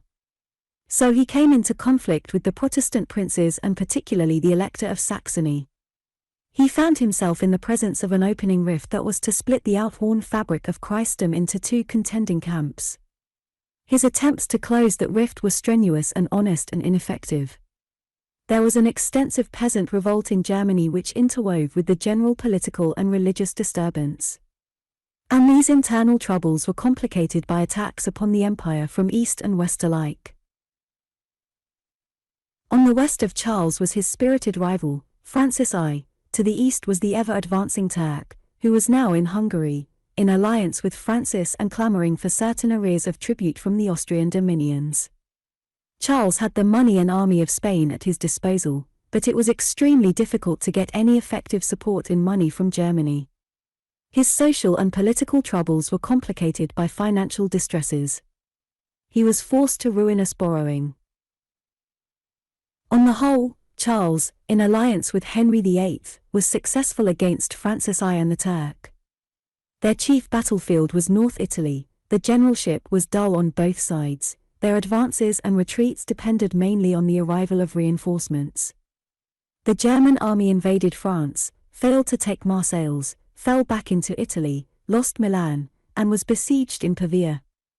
Francis I made a long and unsuccessful siege of Pavia, was caught by fresh German forces, defeated, wounded and taken prisoner. But thereupon the Pope and Henry VIII, still haunted by the fear of his attaining excessive power, turned against Charles. The German troops in Milan, under the Constable of Bourbon, being unpaid, forced rather than followed their commander into a raid upon Rome. They stormed the city and pillaged it, 1527. The Pope took refuge in the castle of St. Angelo while the looting and slaughter went on.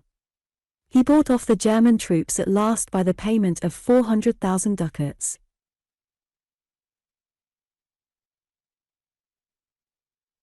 "10 years of such confused fighting impoverished all Europe.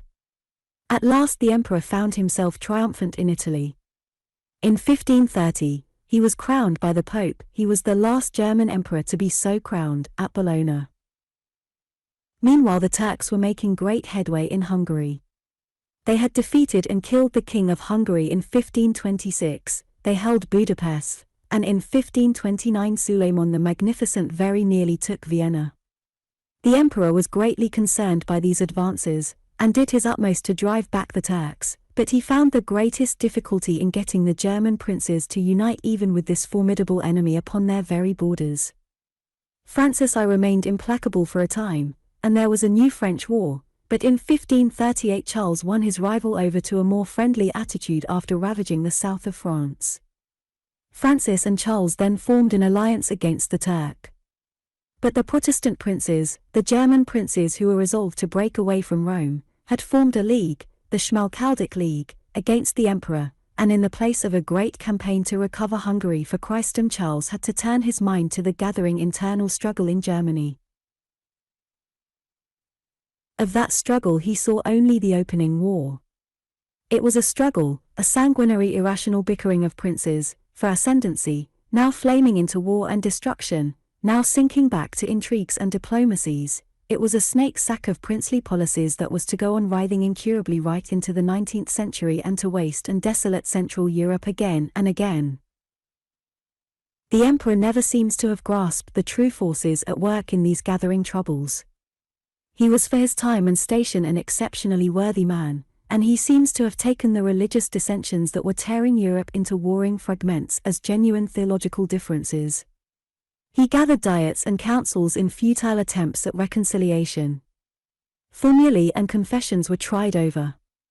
The student of German history must struggle with the details of the religious peace of Nuremberg, the settlement at the Diet of Ratisbon, the interim of Augsburg, and the like. Here we do but mention them as details in the worried life of this culminating emperor. As a matter of fact, hardly one of the multifarious princes and rulers in Europe seems to have been acting in good faith.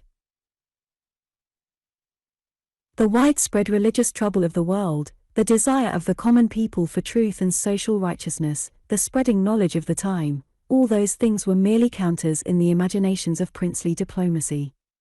Henry VIII of England, who had begun his career with a book against heresy, and who had been rewarded by the Pope with the title of Defender of the Faith, being anxious to divorce his first wife in favor of a young lady named Anne Boleyn, and wishing also to loot the vast wealth of the Church in England, joined the company of Protestant princes in 1530. Sweden, Denmark and Norway had already gone over to the Protestant side.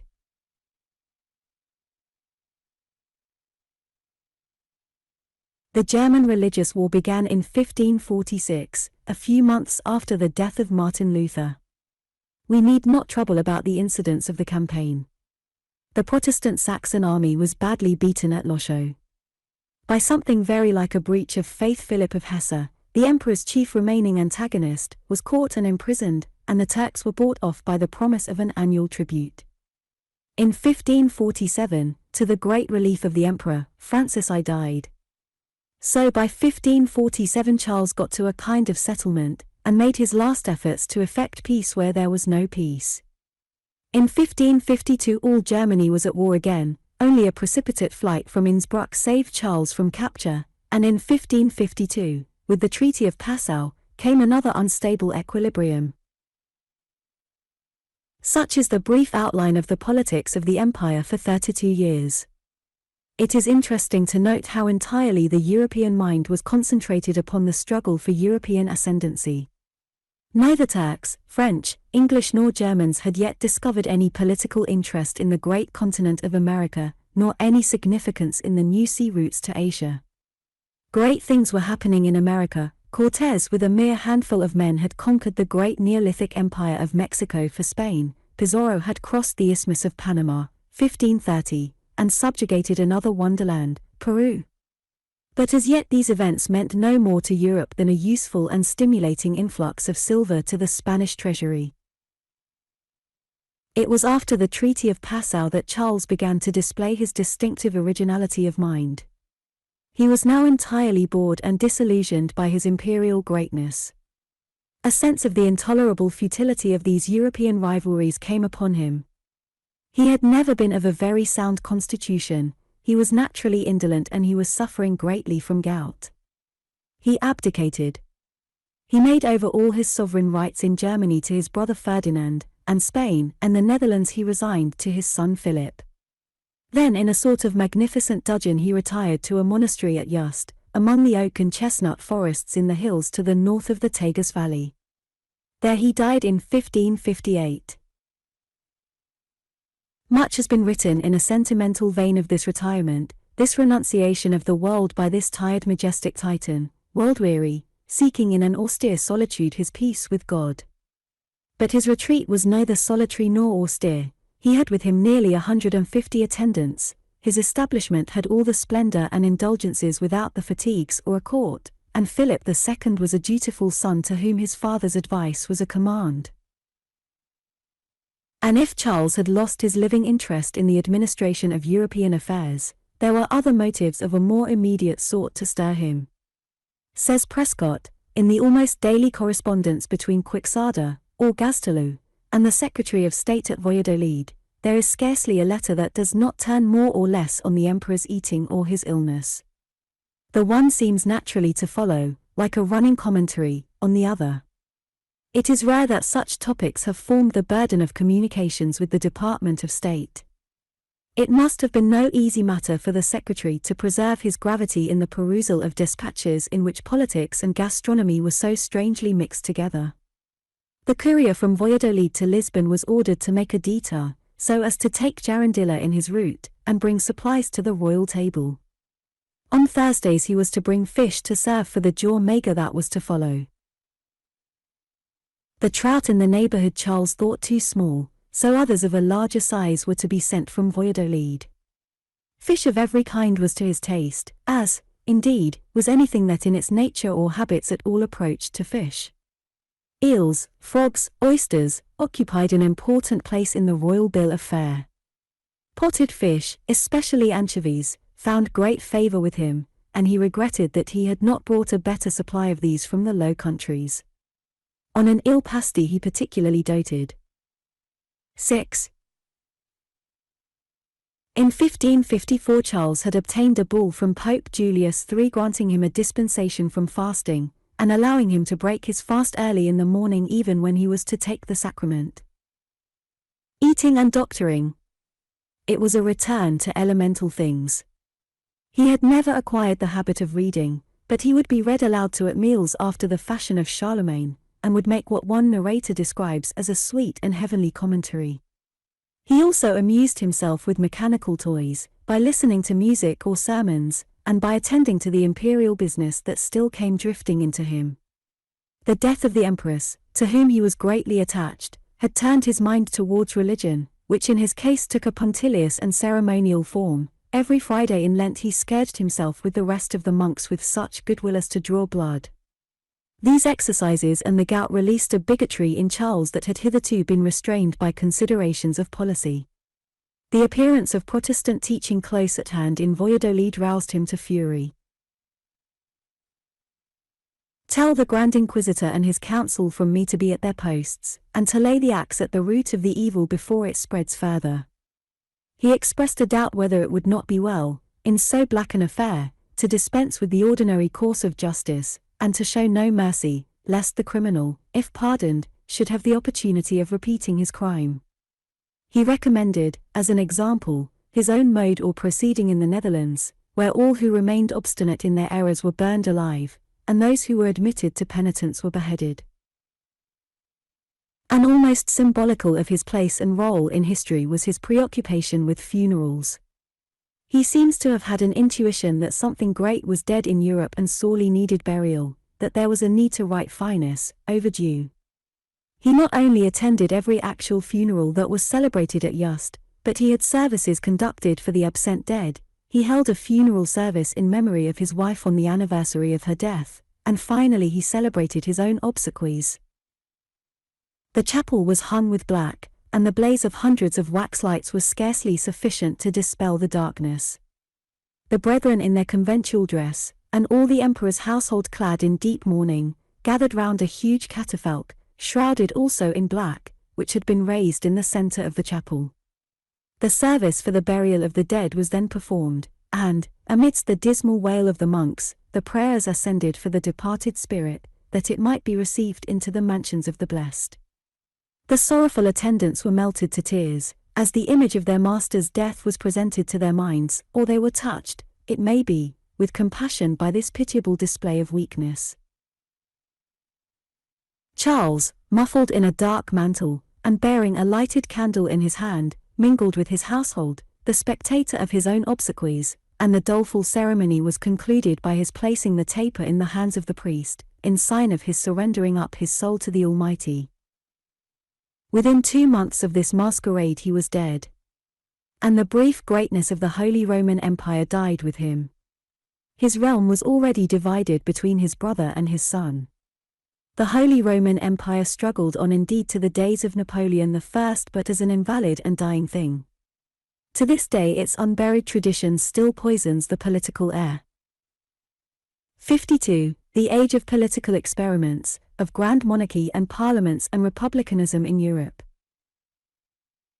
The Latin Church was broken, the Holy Roman Empire was in extreme decay. The history of Europe from the opening of the 16th century onward is a story of peoples feeling their way darkly to some new method of government, better adapted to the new conditions that were arising.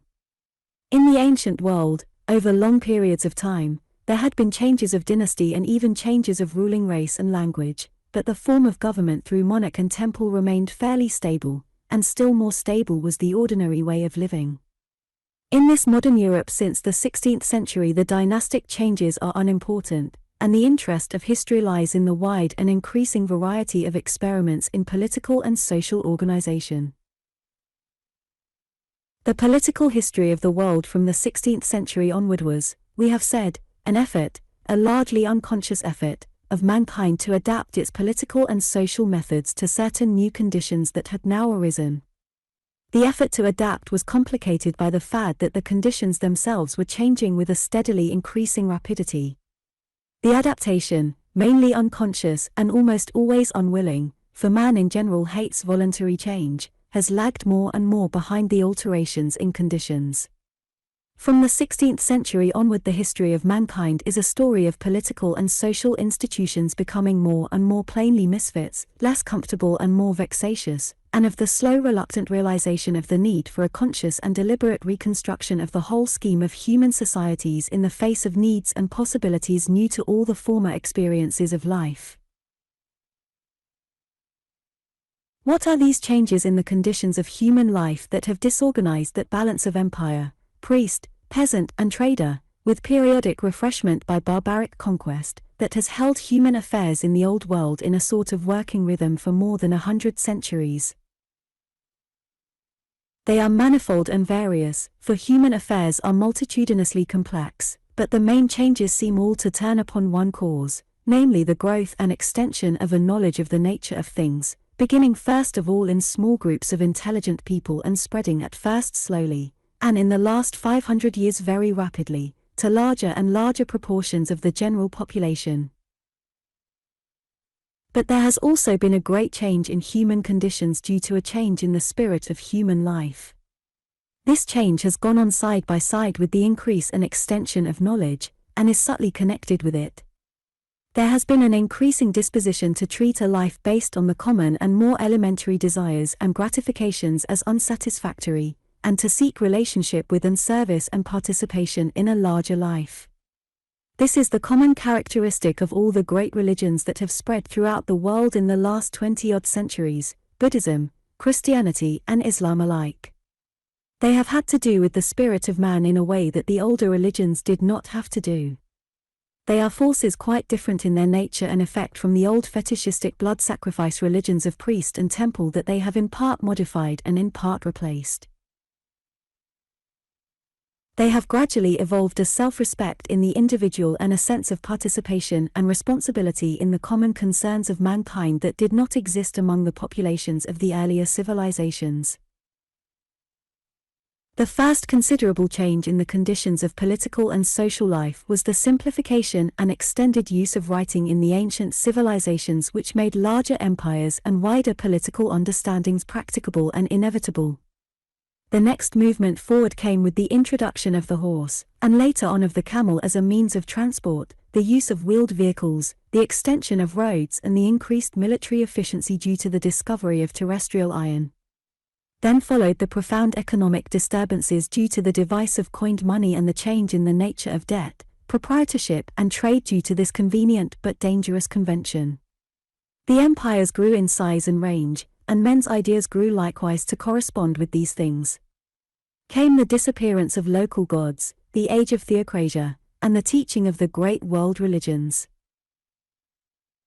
Came also the beginnings of reasoned and recorded history and geography, the first realization by man of his profound ignorance, and the first systematic search for knowledge.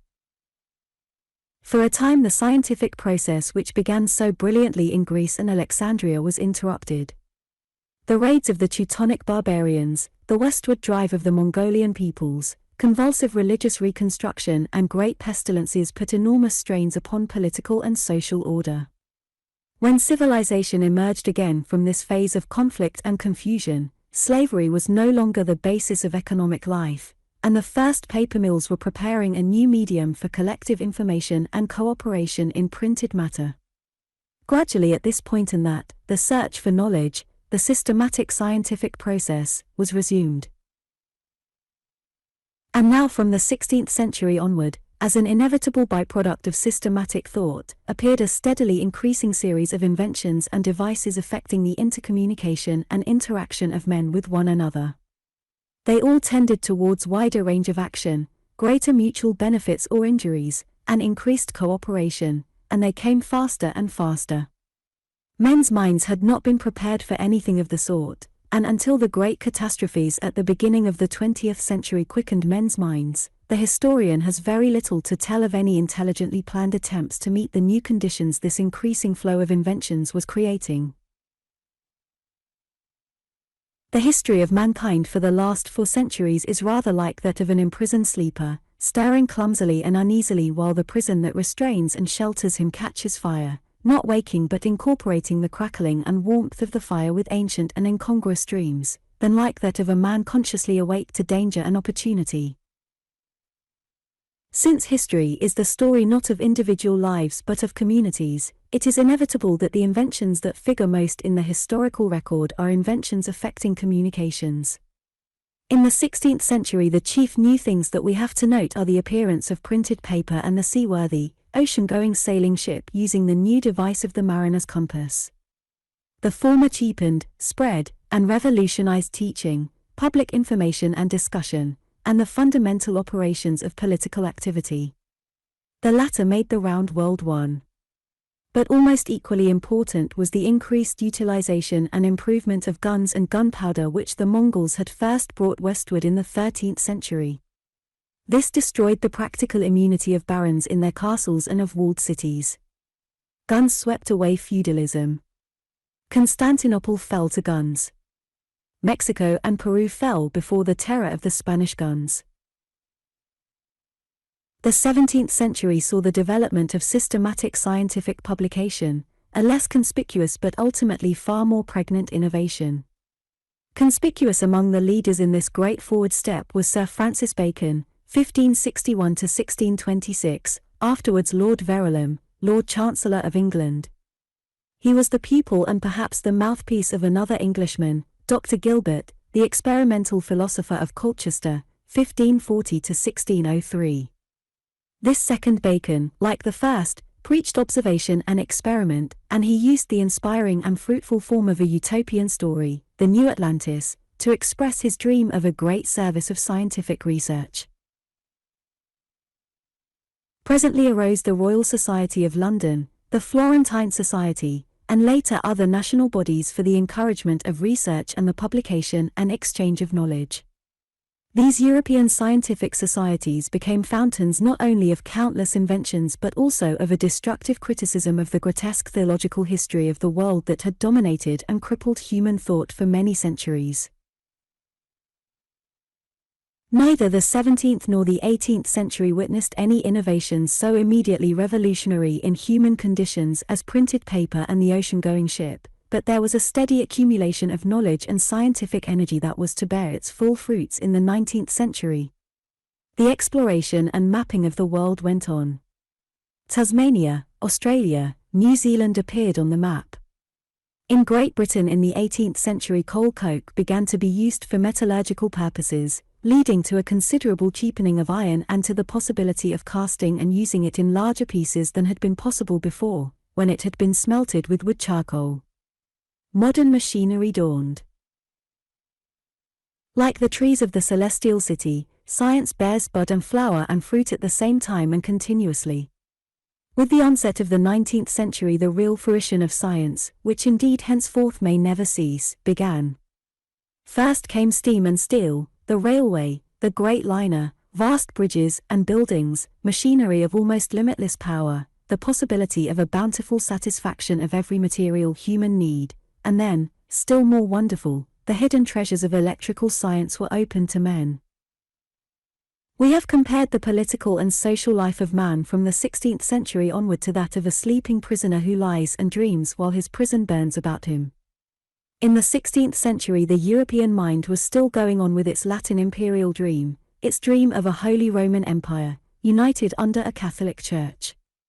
But just as some uncontrollable element in our composition will insist at times upon introducing into our dreams the most absurd and destructive comments, so thrust into this dream we find the sleeping face and craving stomach of the Emperor Charles V, while Henry VIII of England and Luther tear the unity of Catholicism to shreds. In the 17th and 18th centuries, the dream turned to personal monarchy. The history of nearly all Europe during this period tells with variations the story of an attempt to consolidate a monarchy, to make it absolute and to extend its power over weaker adjacent regions, and of the steady resistance, first of the landowners and then with the increase of foreign trade and home industry, of the growing trading and moneyed class, to the exaction and interference of the crown. There is no universal victory of either side. Here it is the king who gets the upper hand, while there it is the man of private property who beats the king. In one case we find a king becoming the sun and center of his national world, while just over his borders a sturdy mercantile class maintains a republic. So wide a range of variation shows how entirely experimental, what local accidents, were all the various governments of this period. A very common figure in these national dramas is the king's minister, often in the still Catholic countries a prelate, who stands behind the king, serves him and dominates him by his indispensable services. Herein the limit set to us, it is impossible to tell these various national dramas in detail. The trading folk of Holland went Protestant and Republican, and cast off the rule of Philip II of Spain, the son of the Emperor Charles V. In England, Henry VIII and his minister Wolsey, Queen Elizabeth and her minister Burleigh, prepared the foundations of an absolutism that was wrecked by the folly of James I and Charles I. Charles I was beheaded for treason to his people, 1649, a new turn in the political thought of Europe. For a dozen years, until 1660, Britain was a republic, and the crown was an unstable power, much overshadowed by Parliament, until George III, 1760 to 1820, made a strenuous and partly successful effort to restore its predominance. The King of France, on the other hand, was the most successful of all the European kings in perfecting monarchy. Two great ministers, Richelieu, 1585 to 1642, and Mazarin, 1602 to 1661, built up the power of the crown in that country, and the process was aided by the long reign and very considerable abilities of King Louis XIV, the Grand Monarch, 1643 to 1715. Louis XIV was indeed the pattern king of Europe. He was, within his limitations, an exceptionally capable king. His ambition was stronger than his baser passions, and he guided his country towards bankruptcy through the complication of a spirited foreign policy with an elaborate dignity that still extorts our admiration. His immediate desire was to consolidate and extend France to the Rhine and Pyrenees, and to absorb the Spanish Netherlands. His remoter view saw the French kings as the possible successors of Charlemagne in a recast Holy Roman Empire. He made bribery a state method almost more important than warfare. Charles II of England was in his pay, and so were most of the Polish nobility, presently to be described. His money, or rather the money of the tax-paying classes in France, went everywhere. But his prevailing occupation was splendor. His great palace at Versailles with its salons, its corridors, its mirrors, its terraces and fountains and parks and prospects, was the envy and admiration of the world. He provoked a universal imitation. Every king and princelet in Europe was building his own Versailles as much beyond his means as his subjects and credits would permit. Everywhere the nobility rebuilt or extended their chateaux to the new pattern. A great industry of beautiful and elaborate fabrics and furnishings developed. The luxurious arts flourished everywhere: sculpture in alabaster, faience, gilt woodwork, metal work, stamped leather, much music, magnificent painting, beautiful printing and bindings, fine crockery, fine vintages.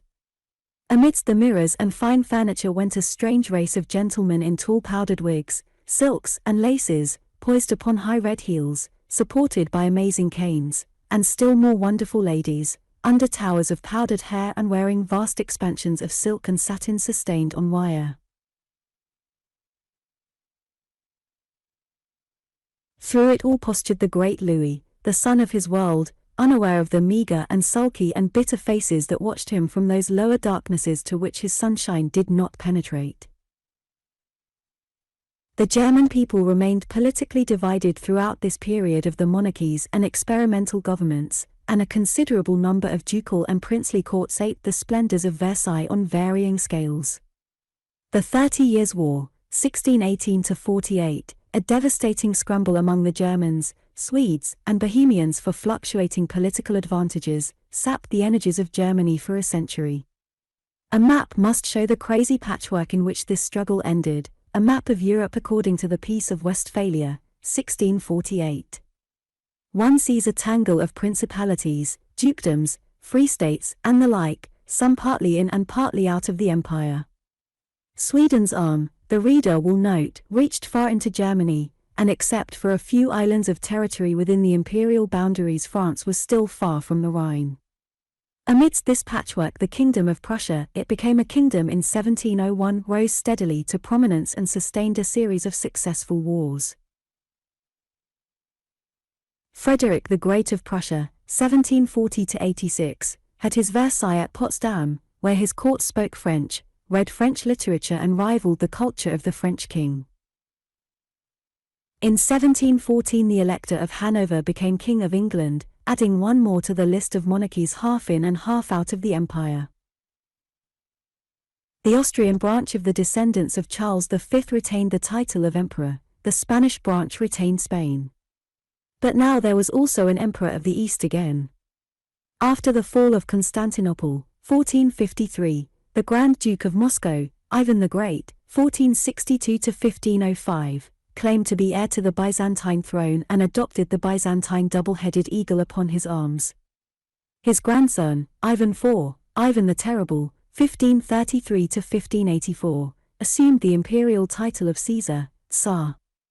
But only in the latter half of the 17th century did Russia cease to seem remote and Asiatic to the European mind.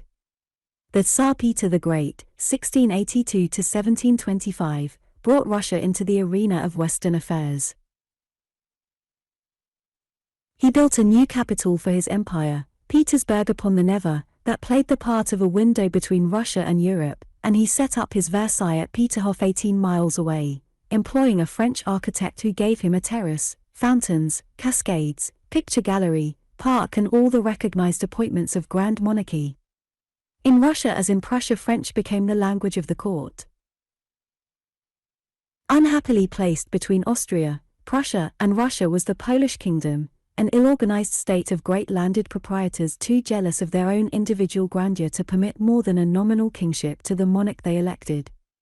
Her fate was division among these three neighbors, in spite of the efforts of France to retain her as an independent ally. Switzerland at this time was a group of republican cantons, Venice was a republic, Italy, like so much of Germany, was divided among minor dukes and princes. The Pope ruled like a prince in the Papal States, too fearful now of losing the allegiance of the remaining Catholic princes to interfere between them and their subjects or to remind the world of the commonweal of Christendom. There remained indeed no common political idea in Europe at all. Europe was given over altogether to division and diversity. All these sovereign princes and republics carried on schemes of aggrandizement against each other. Each one of them pursued a foreign policy of aggression against its neighbors and of aggressive alliances. We Europeans still live today in the last phase of this age of the multifarious sovereign states, and still suffer from the hatreds, hostilities, and suspicions it engendered. The history of this time becomes more and more manifestly gossip, more and more unmeaning and wearisome to a modern intelligence. You are told of how this war was caused by this king's mistress, and how the jealousy of one minister for another caused that. A tittle-tattle of bribes and rivalries disgusts the intelligent student.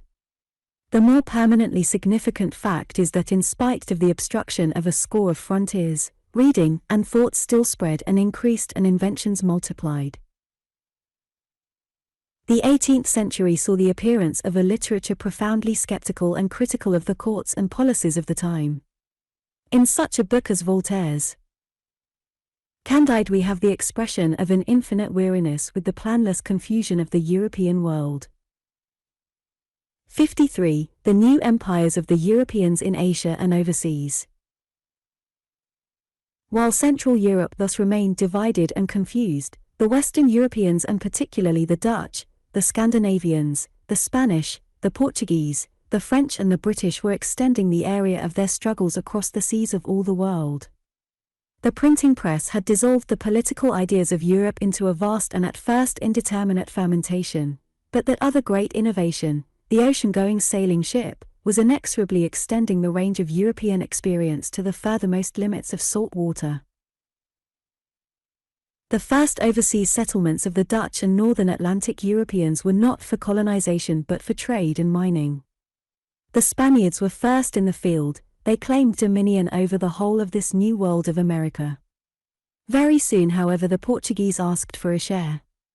The Pope, it was one of the last acts of Rome as mistress of the world, divided the new continent between these two first-comers, giving Portugal, Brazil and everything else east of a line 370 leagues west of the Cape Verde Islands, and all the rest to Spain, 1494. The Portuguese at this time were also pushing overseas enterprise southward and eastward. In 1497 Vasco da Gama had sailed from Lisbon round the Cape to Zanzibar and then to Calicut in India. In 1515 there were Portuguese ships in Java and the Moluccas, and the Portuguese were setting up and fortifying trading stations round and about the coasts of the Indian Ocean.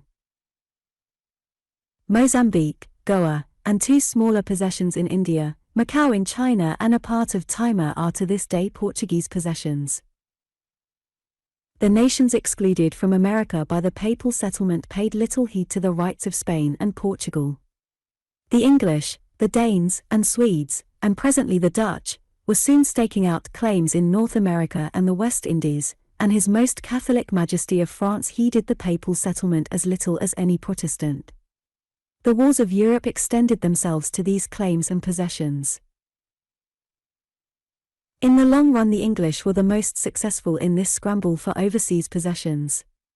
The Danes and Swedes were too deeply entangled in the complicated affairs of Germany to sustain effective expeditions abroad. Sweden was wasted upon the German battlefields by a picturesque king, Gustavus Adolphus, the Protestant Lion of the North. The Dutch were the heirs of such small settlements as Sweden made in America, and the Dutch were too near French aggressions to hold their own against the British. In the Far East the chief rivals for empire were the British, Dutch and French, and in America the British, French and Spanish.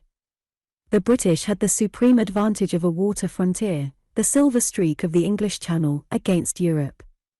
The tradition of the Latin Empire entangled them least. France has always thought too much in terms of Europe. Throughout the 18th century she was wasting her opportunities of expansion in West and East alike in order to dominate Spain, Italy and the German confusion. The religious and political dissensions of Britain in the 17th century had driven many of the English to seek a permanent home in America. They struck root and increased and multiplied, giving the British a great advantage in the American struggle. In 1756 and 1760 the French lost Canada to the British and their American colonists, and a few years later the British Trading Company found itself completely dominant over French, Dutch and Portuguese in the peninsula of India. The great Mongol Empire of Babur, Akbar and their successors had now far gone in decay, and the story of its practical capture by a London trading company, the British East India Company, is one of the most extraordinary episodes in the whole history of conquest. This East India Company had been originally at the time of its incorporation under Queen Elizabeth no more than a company of sea adventurers. Step by step they had been forced to raise troops and arm their ships. And now this trading company, with its tradition of gain, found itself dealing not merely in spices and dyes and tea and jewels, but in the revenues and territories of princes and the destinies of India. It had come to buy and sell, and it found itself achieving a tremendous piracy. There was no one to challenge its proceedings. Is it any wonder that its captains and commanders and officials, nay, even its clerks and common soldiers, came back to England loaded with spoils? Men under such circumstances, with a great and wealthy land at their mercy, could not determine what they might or might not do. It was a strange land to them, with a strange sunlight. Its brown people seemed a different race, outside their range of sympathy. Its mysterious temples sustained fantastic standards of behavior. Englishmen at home were perplexed when presently these generals and officials came back to make dark accusations against each other of extortions and cruelties. Upon Clive Parliament passed a vote of censure. He committed suicide in 1774. In 1788 Warren Hastings, a second great Indian administrator, was impeached and acquitted, 1792. It was a strange and unprecedented situation in the world's history. The English Parliament found itself ruling over a London trading company, which in its turn was dominating an empire far greater and more populous than all the domains of the British Crown. To the bulk of the English people India was a remote, fantastic, almost inaccessible land, to which adventurous poor young men went out, to return after many years very rich and very choleric old gentlemen. It was difficult for the English to conceive what the life of these countless brown millions in the eastern sunshine could be. Their imaginations declined the task. India remained romantically unreal. It was impossible for the English, therefore, to exert any effective supervision and control over the company's proceedings. And while the Western European powers were thus fighting for these fantastic overseas empires upon every ocean in the world, two great land conquests were in progress in Asia. China had thrown off the Mongol yoke in 1360, and flourished under the great native dynasty of the Mings until 1644. Then the Manchus, another Mongol people, reconquered China and remained masters of China until 1912. Meanwhile Russia was pushing east and growing to greatness in the world's affairs. The rise of this great central power of the Old World, which is neither altogether of the East nor altogether of the West, is one of the utmost importance to our human destiny. Its expansion is very largely due to the appearance of a Christian steppe people, the Cossacks, who formed a barrier between the feudal agriculture of Poland and Hungary to the west and the Tatar to the east. The Cossacks were the wild east of Europe, and in many ways not unlike the wild west of the United States in the middle 19th century. All who had made Russia too hot to hold them, criminals as well as the persecuted innocent, rebellious serfs, religious secretaries, thieves, vagabonds, murderers, sought asylum in the southern steppes, and they made a fresh start and fought for life and freedom against Pole, Russian, and Tatar alike. Doubtless fugitives from the Tatars to the east also contributed to the Cossack mixture. Slowly these border folk were incorporated in the Russian imperial service, much as the Highland clans of Scotland were converted into regiments by the British government. New lands were offered them in Asia. They became a weapon against the dwindling power of the Mongolian nomads, first in Turkestan and then across Siberia as far as the Amur. The decay of Mongol energy in the 17th and 18th centuries is very difficult to explain. Within 2 or 3 centuries from the days of Genghis and Tamerlane, Central Asia had relapsed from a period of world ascendancy to extreme political impotence.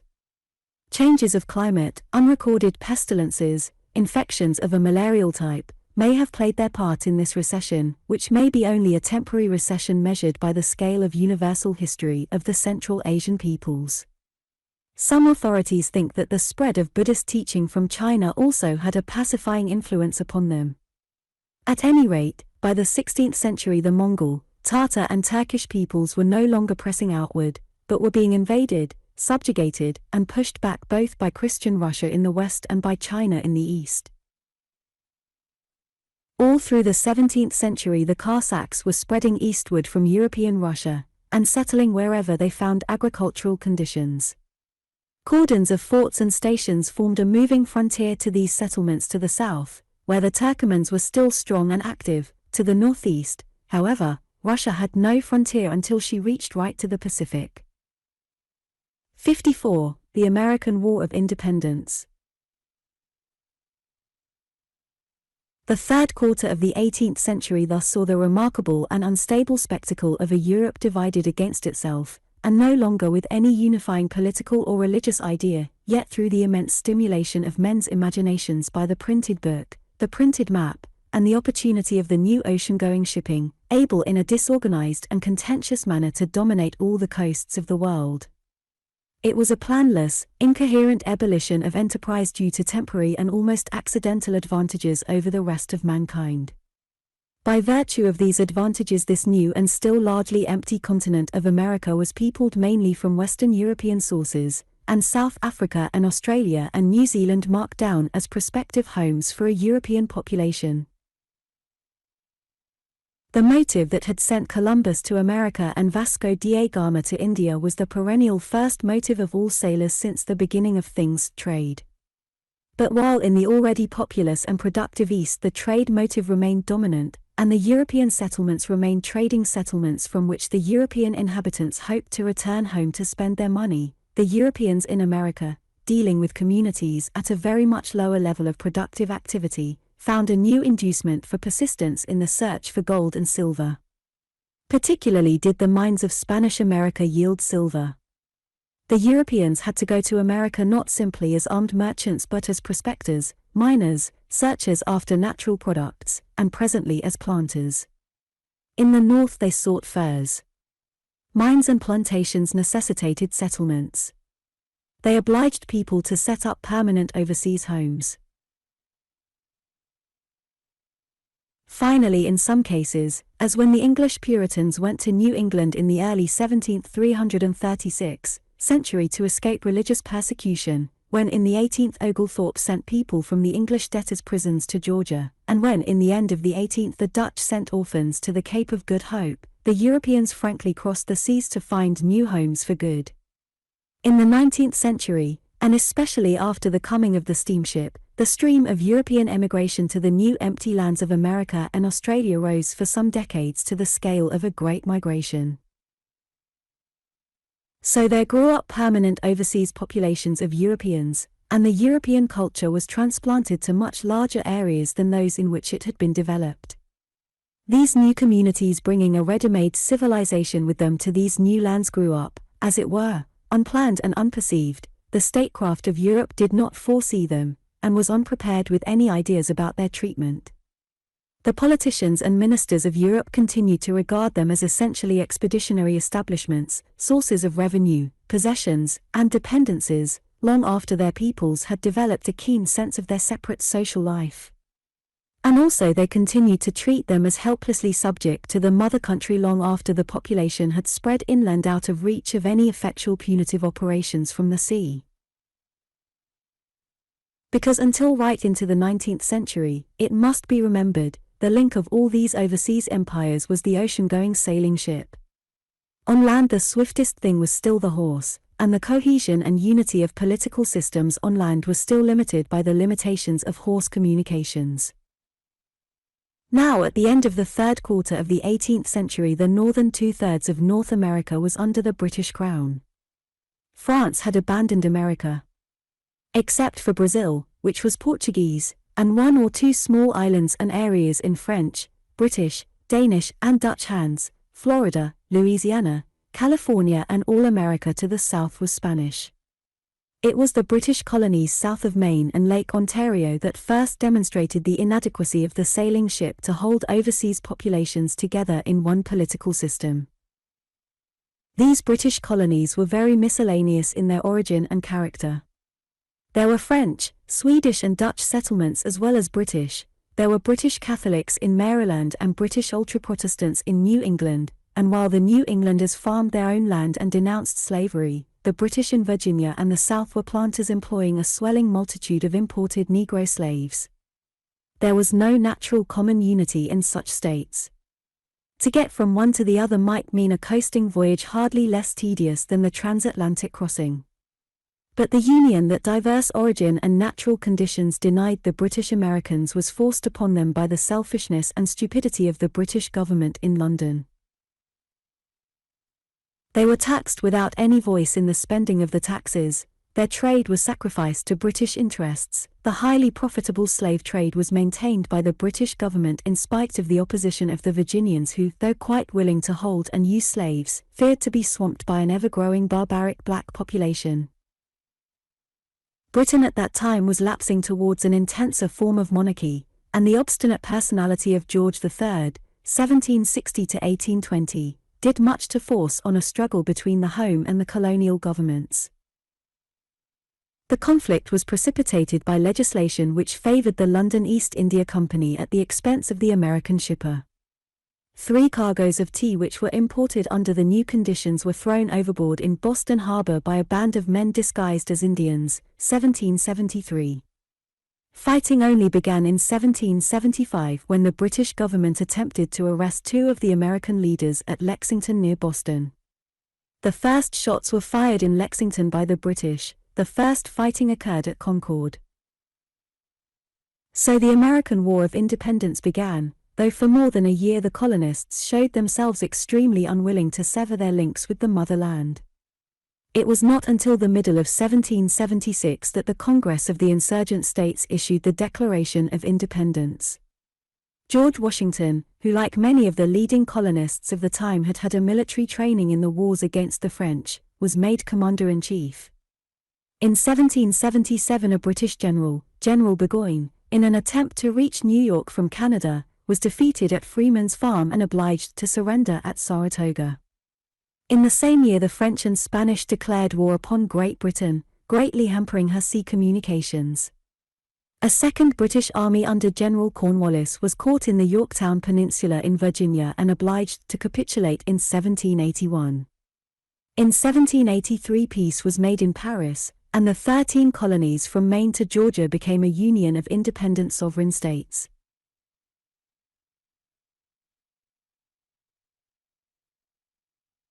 So the United States of America came into existence.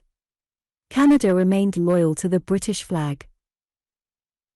For 4 years these states had only a very feeble central government under certain Articles of Confederation, and they seemed destined to break up into separate independent communities.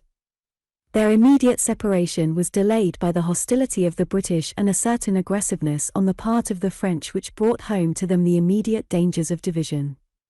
A constitution was drawn up and ratified in 1788 establishing a more efficient federal government with a president holding very considerable powers, and the weak sense of national unity was invigorated by a second war with Britain in 1812. Nevertheless the area covered by the states was so wide and their interests so diverse at that time, that, given only the means of communication then available, a disintegration of the Union into separate states on the European scale of size was merely a question of time. Attendance at Washington meant a long, tedious and insecure journey for the senators and congressmen of the remoter districts, and the mechanical impediments to the diffusion of a common education and a common literature and intelligence were practically insurmountable.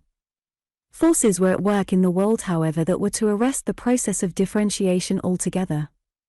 Presently came the river steamboat and then the railway and the telegraph to save the United States from fragmentation, and weave its dispersed people together again into the first of great modern nations. 22 years later, the Spanish colonies in America were to follow the example of the 13 and break their connection with Europe. But being more dispersed over the continent and separated by great mountainous chains and deserts and forests and by the Portuguese Empire of Brazil, they did not achieve a union among themselves. They became a constellation of republican states, very prone at first to wars among themselves and to revolutions. Brazil followed a rather different line towards the inevitable separation. In 1807, the French armies under Napoleon had occupied the mother country of Portugal, and the monarchy had fled to Brazil. From that time on until they separated, Portugal was rather a dependency of Brazil than Brazil of Portugal. In 1822, Brazil declared itself a separate empire under Pedro I, a son of the Portuguese king. But the New World has never been very favorable to monarchy. In 1889, the Emperor of Brazil was shipped off quietly to Europe, and the United States of Brazil fell into line with the rest of Republican America. 55. The French Revolution and the restoration of monarchy in France. Britain had hardly lost the 13 colonies in America before a profound social and political convulsion at the very heart of Grand Monarchy was to remind Europe still more vividly of the essentially temporary nature of the political arrangements of the world. We have said that the French monarchy was the most successful of the personal monarchies in Europe. It was the envy and model of a multitude of competing and minor courts. But it flourished on a basis of injustice that led to its dramatic collapse. It was brilliant and aggressive, but it was wasteful of the life and substance of its common people. The clergy and nobility were protected from taxation by a system of exemption that threw the whole burden of the state upon the middle and lower classes. The peasants were ground down by taxation, the middle classes were dominated and humiliated by the nobility. In 1787, this French monarchy found itself bankrupt and obliged to call representatives of the different classes of the realm into consultation upon the perplexities of defective income and excessive expenditure. In 1789, the States General, a gathering of the nobles, clergy, and commons, roughly equivalent to the earlier form of the British Parliament, was called together at Versailles. It had not assembled since 1610. For all that time, France had been an absolute monarchy. Now the people found a means of expressing their long-fermenting discontent. Disputes immediately broke out between the three estates, due to the resolve of the third estate, the Commons, to control the Assembly. The Commons got the better of these disputes and the States General became a National Assembly, clearly resolved to keep the Crown in order, as the British Parliament kept the British Crown in order. The King, Louis XVI, prepared for a struggle and brought up troops from the provinces. Whereupon Paris and France revolted. The collapse of the absolute monarchy was very swift. The grim-looking prison of the Bastille was stormed by the people of Paris, and the insurrection spread rapidly throughout France. In the east and northwest provinces, many chateaux belonging to the nobility were burnt by the peasants, their title deeds carefully destroyed, and the owners murdered or driven away. In a month, the ancient and decayed system of the aristocratic order had collapsed. Many of the leading princes and courtiers of the Queen's party fled abroad.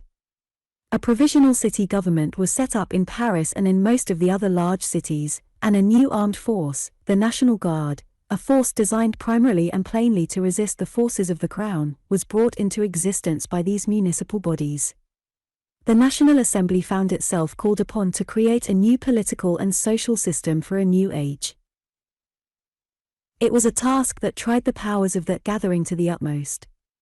It made a great sweep of the chief injustices of the absolutist regime. It abolished tax exemptions, serfdom, aristocratic titles, and privileges and sought to establish a constitutional monarchy in Paris.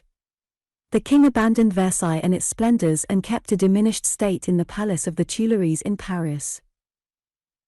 For 2 years it seemed that the National Assembly might struggle through to an effective modernized government. Much of its work was sound and still endures, if much was experimental and had to be undone. Much was ineffective. There was a clearing up of the penal code, torture, arbitrary imprisonment, and persecutions for heresy were abolished. The ancient provinces of France, Normandy, Burgundy, and the like gave place to 80 departments. Promotion to the highest ranks in the army was laid open to men of every class. An excellent and simple system of law courts was set up, but its value was much vitiated by having the judges appointed by popular election for short periods of time. This made the crowd a sort of final court of appeal, and the judges, like the members of the assembly, were forced to play to the gallery. And the whole vast property of the church was seized and administered by the state. Religious establishments not engaged in education or works of charity were broken up, and the salaries of the clergy made a charge upon the nation. This in itself was not a bad thing for the lower clergy in France, who were often scandalously underpaid in comparison with the richer dignitaries.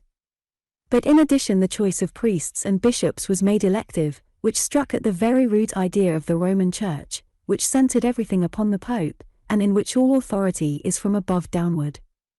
Practically, the National Assembly wanted at one blow to make the Church in France Protestant, in organization if not in doctrine.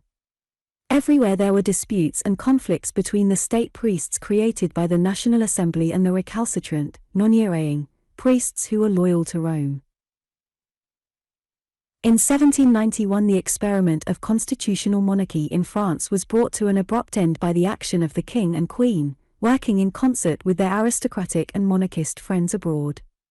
Foreign armies gathered on the eastern frontier, and one night in June the king and queen and their children slipped away from the Tuileries and fled to join the foreigners and the aristocratic exiles. They were caught at Varennes and brought back to Paris, and France flamed up into a passion of patriotic republicanism. A republic was proclaimed, open war with Austria and Prussia ensued, and the king was tried and executed, January 1793, on the model already set by England, for treason to his people. And now followed a strange phase in the history of the French people. There arose a great flame of enthusiasm for France and the Republic. There was to be an end to compromise at home and abroad. At home royalists and every form of disloyalty were to be stamped out. Abroad France was to be the protector and helper of all revolutionaries. All Europe, all the world, was to become republican. The youth of France poured into the republican armies. A new and wonderful song spread through the land, a song that still warms the blood like wine, the Marseillaise. Before that chant and the leaping columns of French bayonets and their enthusiastically served guns, the foreign armies rolled back. Before the end of 1792 the French armies had gone far beyond the utmost achievements of Louis XIV, everywhere they stood on foreign soil. They were in Brussels, they had overrun Savoy, they had raided to Mayence, they had seized the Scheldt from Holland. Then the French government did an unwise thing. It had been exasperated by the expulsion of its representative from England upon the execution of Louis, and it declared war against England. It was an unwise thing to do, because the revolution which had given France a new enthusiastic infantry and a brilliant artillery released from its aristocratic officers and many cramping conditions had destroyed the discipline of the navy, and the English were supreme upon the sea. And this provocation united all England against France, whereas there had been at first a very considerable liberal movement in Great Britain in sympathy with the revolution. Of the fight that France made in the next few years against a European coalition we cannot tell in any detail. She drove the Austrians forever out of Belgium, and made Holland a republic. The Dutch fleet, frozen in the Texel, surrendered to a handful of cavalry without firing its guns. For some time the French thrust towards Italy was hung up, and it was only in 1796 that a new general, Napoleon Bonaparte, led the ragged and hungry Republican armies in triumph across Piedmont to Mantua and Verona. Says C. F. Atkinson, 7. What astonished the Allies most of all was the number and the velocity of the Republicans. These improvised armies had in fact nothing to delay them. Tents were unprocurable for want of money, untransportable for want of the enormous number of wagons that would have been required, and also unnecessary, for the discomfort that would have caused wholesale desertion in professional armies was cheerfully borne by the men of 1793-94. Supplies for armies of then unheard-of size could not be carried in convoys, and the French soon became familiar with living on the country.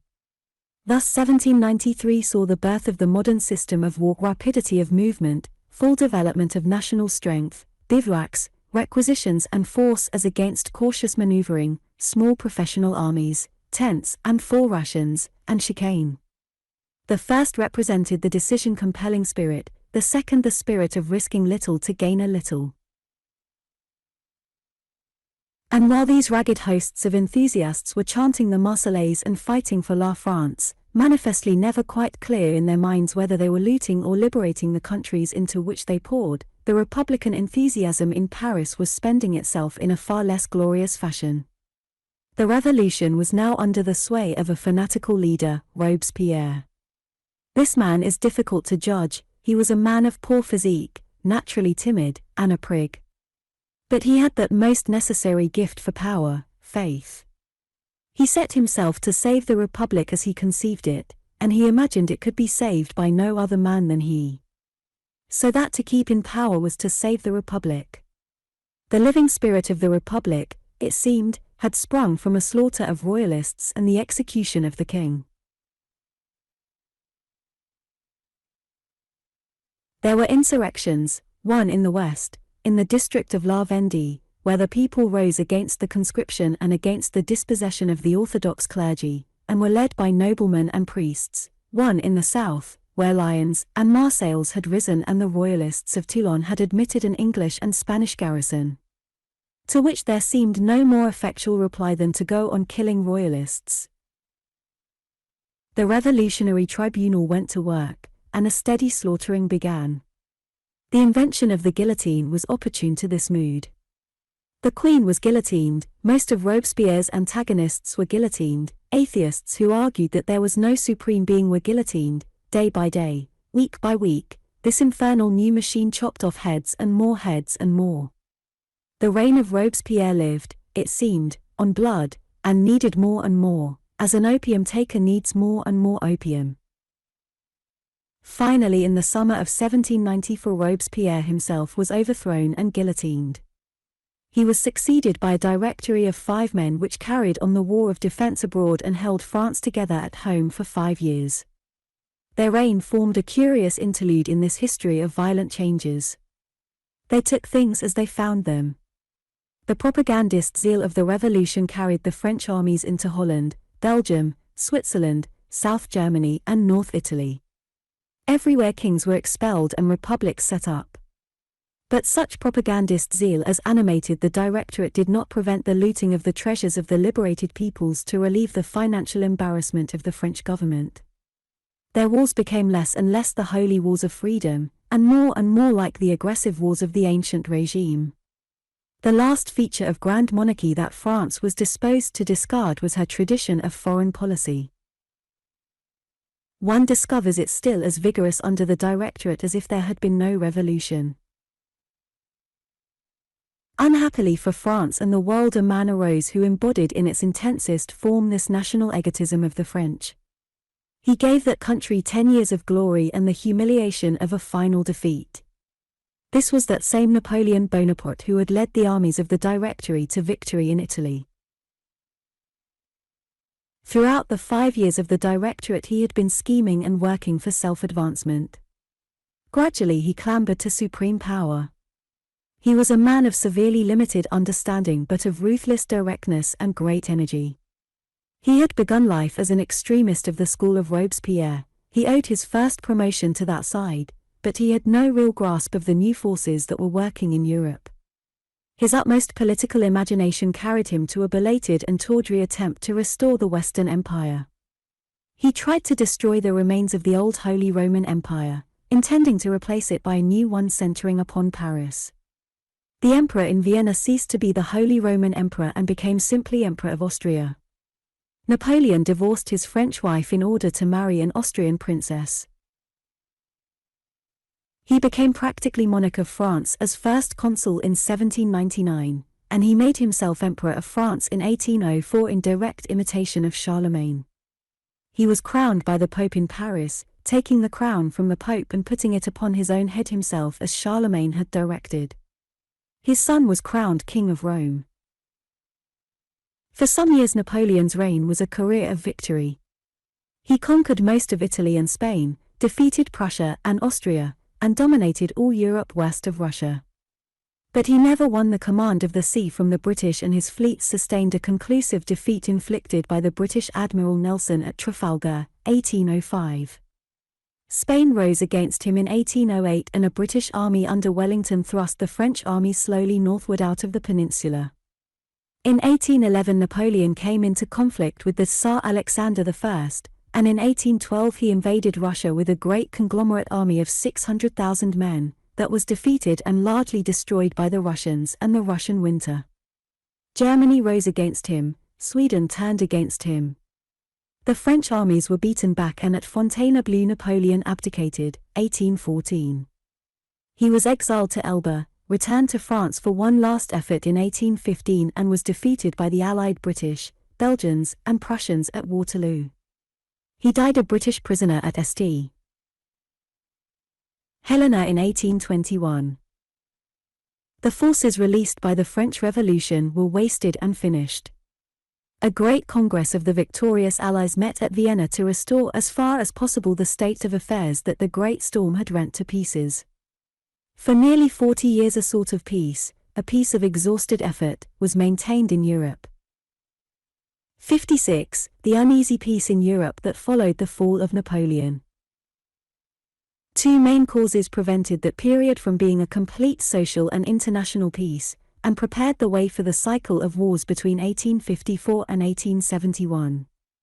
The first of these was the tendency of the royal courts concerned, towards the restoration of unfair privilege and interference with freedom of thought and writing and teaching.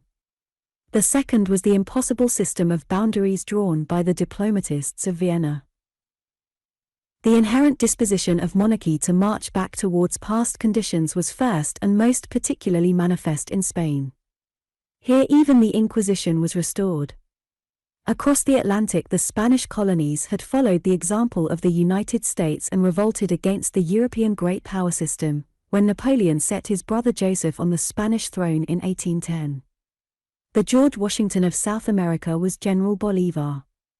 Spain was unable to suppress this revolt. It dragged on much as the United States War of Independence had dragged on, and at last the suggestion was made by Austria, in accordance with the spirit of the Holy Alliance, that the European monarch should assist Spain in this struggle. This was opposed by Britain in Europe, but it was the prompt action of President Monroe of the United States in 1823 which conclusively warned off this projected monarchist restoration.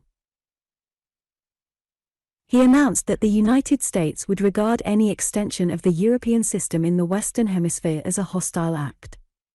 Thus arose the Monroe Doctrine, the doctrine that there must be no extension of extra-American government in America, which has kept the great power system out of America for nearly 100 years and permitted the new states of Spanish America to work out their destinies along their own lines. But if Spanish monarchism lost its colonies, it could at least, under the protection of the Concert of Europe, do what it chose in Europe. A popular insurrection in Spain was crushed by a French army in 1823, with a mandate from a European Congress, and simultaneously Austria suppressed a revolution in Naples. In 1824 Louis XVIII died, and was succeeded by Charles X. Charles set himself to destroy the liberty of the press and universities, and to restore absolute government. The sum of 1 billion francs was voted to compensate the nobles for the chateau burnings and sequestrations of 1789. In 1830 Paris rose against this embodiment of the ancient regime, and replaced him by Louis Philippe, the son of that Philip, Duke of Orleans, who was executed during the Terror. The other continental monarchies, in face of the open approval of the Revolution by Great Britain and a strong liberal ferment in Germany and Austria, did not interfere in this affair. After all, France was still a monarchy. This man Louis Philippe, 1830–48, remained the constitutional king of France for 18 years. Such were the uneasy swayings of the peace of the Congress of Vienna, which were provoked by the reactionary proceedings of the monarchists. The stresses that arose from the unscientific boundaries planned by the diplomatists at Vienna gathered force more deliberately, but they were even more dangerous to the peace of mankind. It is extraordinarily inconvenient to administer together the affairs of peoples speaking different languages and so reading different literatures and having different general ideas, especially if those differences are exacerbated by religious disputes. Only some strong mutual interest, such as the common defensive needs of the Swiss mountaineers, can justify a close linking of peoples of dissimilar languages and faiths, and even in Switzerland there is the utmost local autonomy. When, as in Macedonia, populations are mixed in a patchwork of villages and districts, the cantonal system is imperatively needed. But if the reader will look at the map of Europe as the Congress of Vienna drew it, he will see that this gathering seems almost as if it had planned the maximum of local exasperation. It destroyed the Dutch Republic, quite needlessly. It lumped together the Protestant Dutch with the French-speaking Catholics of the Old Spanish, Austrian, Netherlands, and set up a Kingdom of the Netherlands. It handed over not merely the old Republic of Venice, but all of North Italy as far as Milan to the German-speaking Austrians. French-speaking Savoy it combined with pieces of Italy to restore the Kingdom of Sardinia. Austria and Hungary, already a sufficiently explosive mixture of discordant nationalities, Germans, Hungarians, Czechoslovaks, Jugoslavs, Romanians, and now Italians, was made still more impossible by confirming Austria's Polish acquisitions of 1772 and 1795. The Catholic and Republican-spirited Polish people were chiefly given over to the less civilized rule of the Greek Orthodox Tsar, but important districts went to Protestant Prussia. The Tsar was also confirmed in his acquisition of the entirely alien Finns. The very dissimilar Norwegian and Swedish peoples were bound together under one king. Germany, the reader will see, was left in a particularly dangerous state of muddle. Prussia and Austria were both partly in and partly out of a German confederation, which included a multitude of minor states. The King of Denmark came into the German Confederation by virtue of certain German-speaking possessions in Holstein. Luxembourg was included in the German Confederation, though its ruler was also King of the Netherlands, and though many of its peoples talked French. Here was a complete disregard of the fact that the people who talk German and base their ideas on German literature, the people who talk Italian and base their ideas on Italian literature, and the people who talk Polish and base their ideas on Polish literature, will all be far better off and most helpful and least obnoxious to the rest of mankind if they conduct their own affairs in their own idiom within the ring-fence of their own speech. Is it any wonder that one of the most popular songs in Germany during this period declared that wherever the German tongue was spoken, there was the German fatherland? In 1830, French-speaking Belgium, stirred up by the current revolution in France, revolted against its Dutch association in the Kingdom of the Netherlands. The powers, terrified at the possibilities of a republic or of annexation to France, hurried in to pacify this situation, and gave the Belgians a monarch, Leopold I of Saxe-Coburg-Gotha. There were also ineffectual revolts in Italy and Germany in 1830, and a much more serious one in Russian Poland. A republican government held out in Warsaw for a year against Nicholas I, who succeeded Alexander in 1825, and was then stamped out of existence with great violence and cruelty. The Polish language was banned, and the Greek Orthodox Church was substituted for the Roman Catholic as the state religion. In 1821 there was an insurrection of the Greeks against the Turks. For 6 years they fought a desperate war, while the governments of Europe looked on. Liberal opinion protested against this inactivity, volunteers from every European country joined the insurgents, and at last Britain, France, and Russia took joint action. The Turkish fleet was destroyed by the French and English at the Battle of Navarino, 1827, and the Tsar invaded Turkey. By the Treaty of Adrianople, 1829, Greece was declared free, but she was not permitted to resume her ancient republican traditions. A German king was found for Greece, one Prince Otto of Bavaria, and Christian governors were set up in the Danubian provinces, which are now Romania, and Serbia, a part of the Yugoslav region. Much blood had still to run, however, before the Turk was altogether expelled from these lands.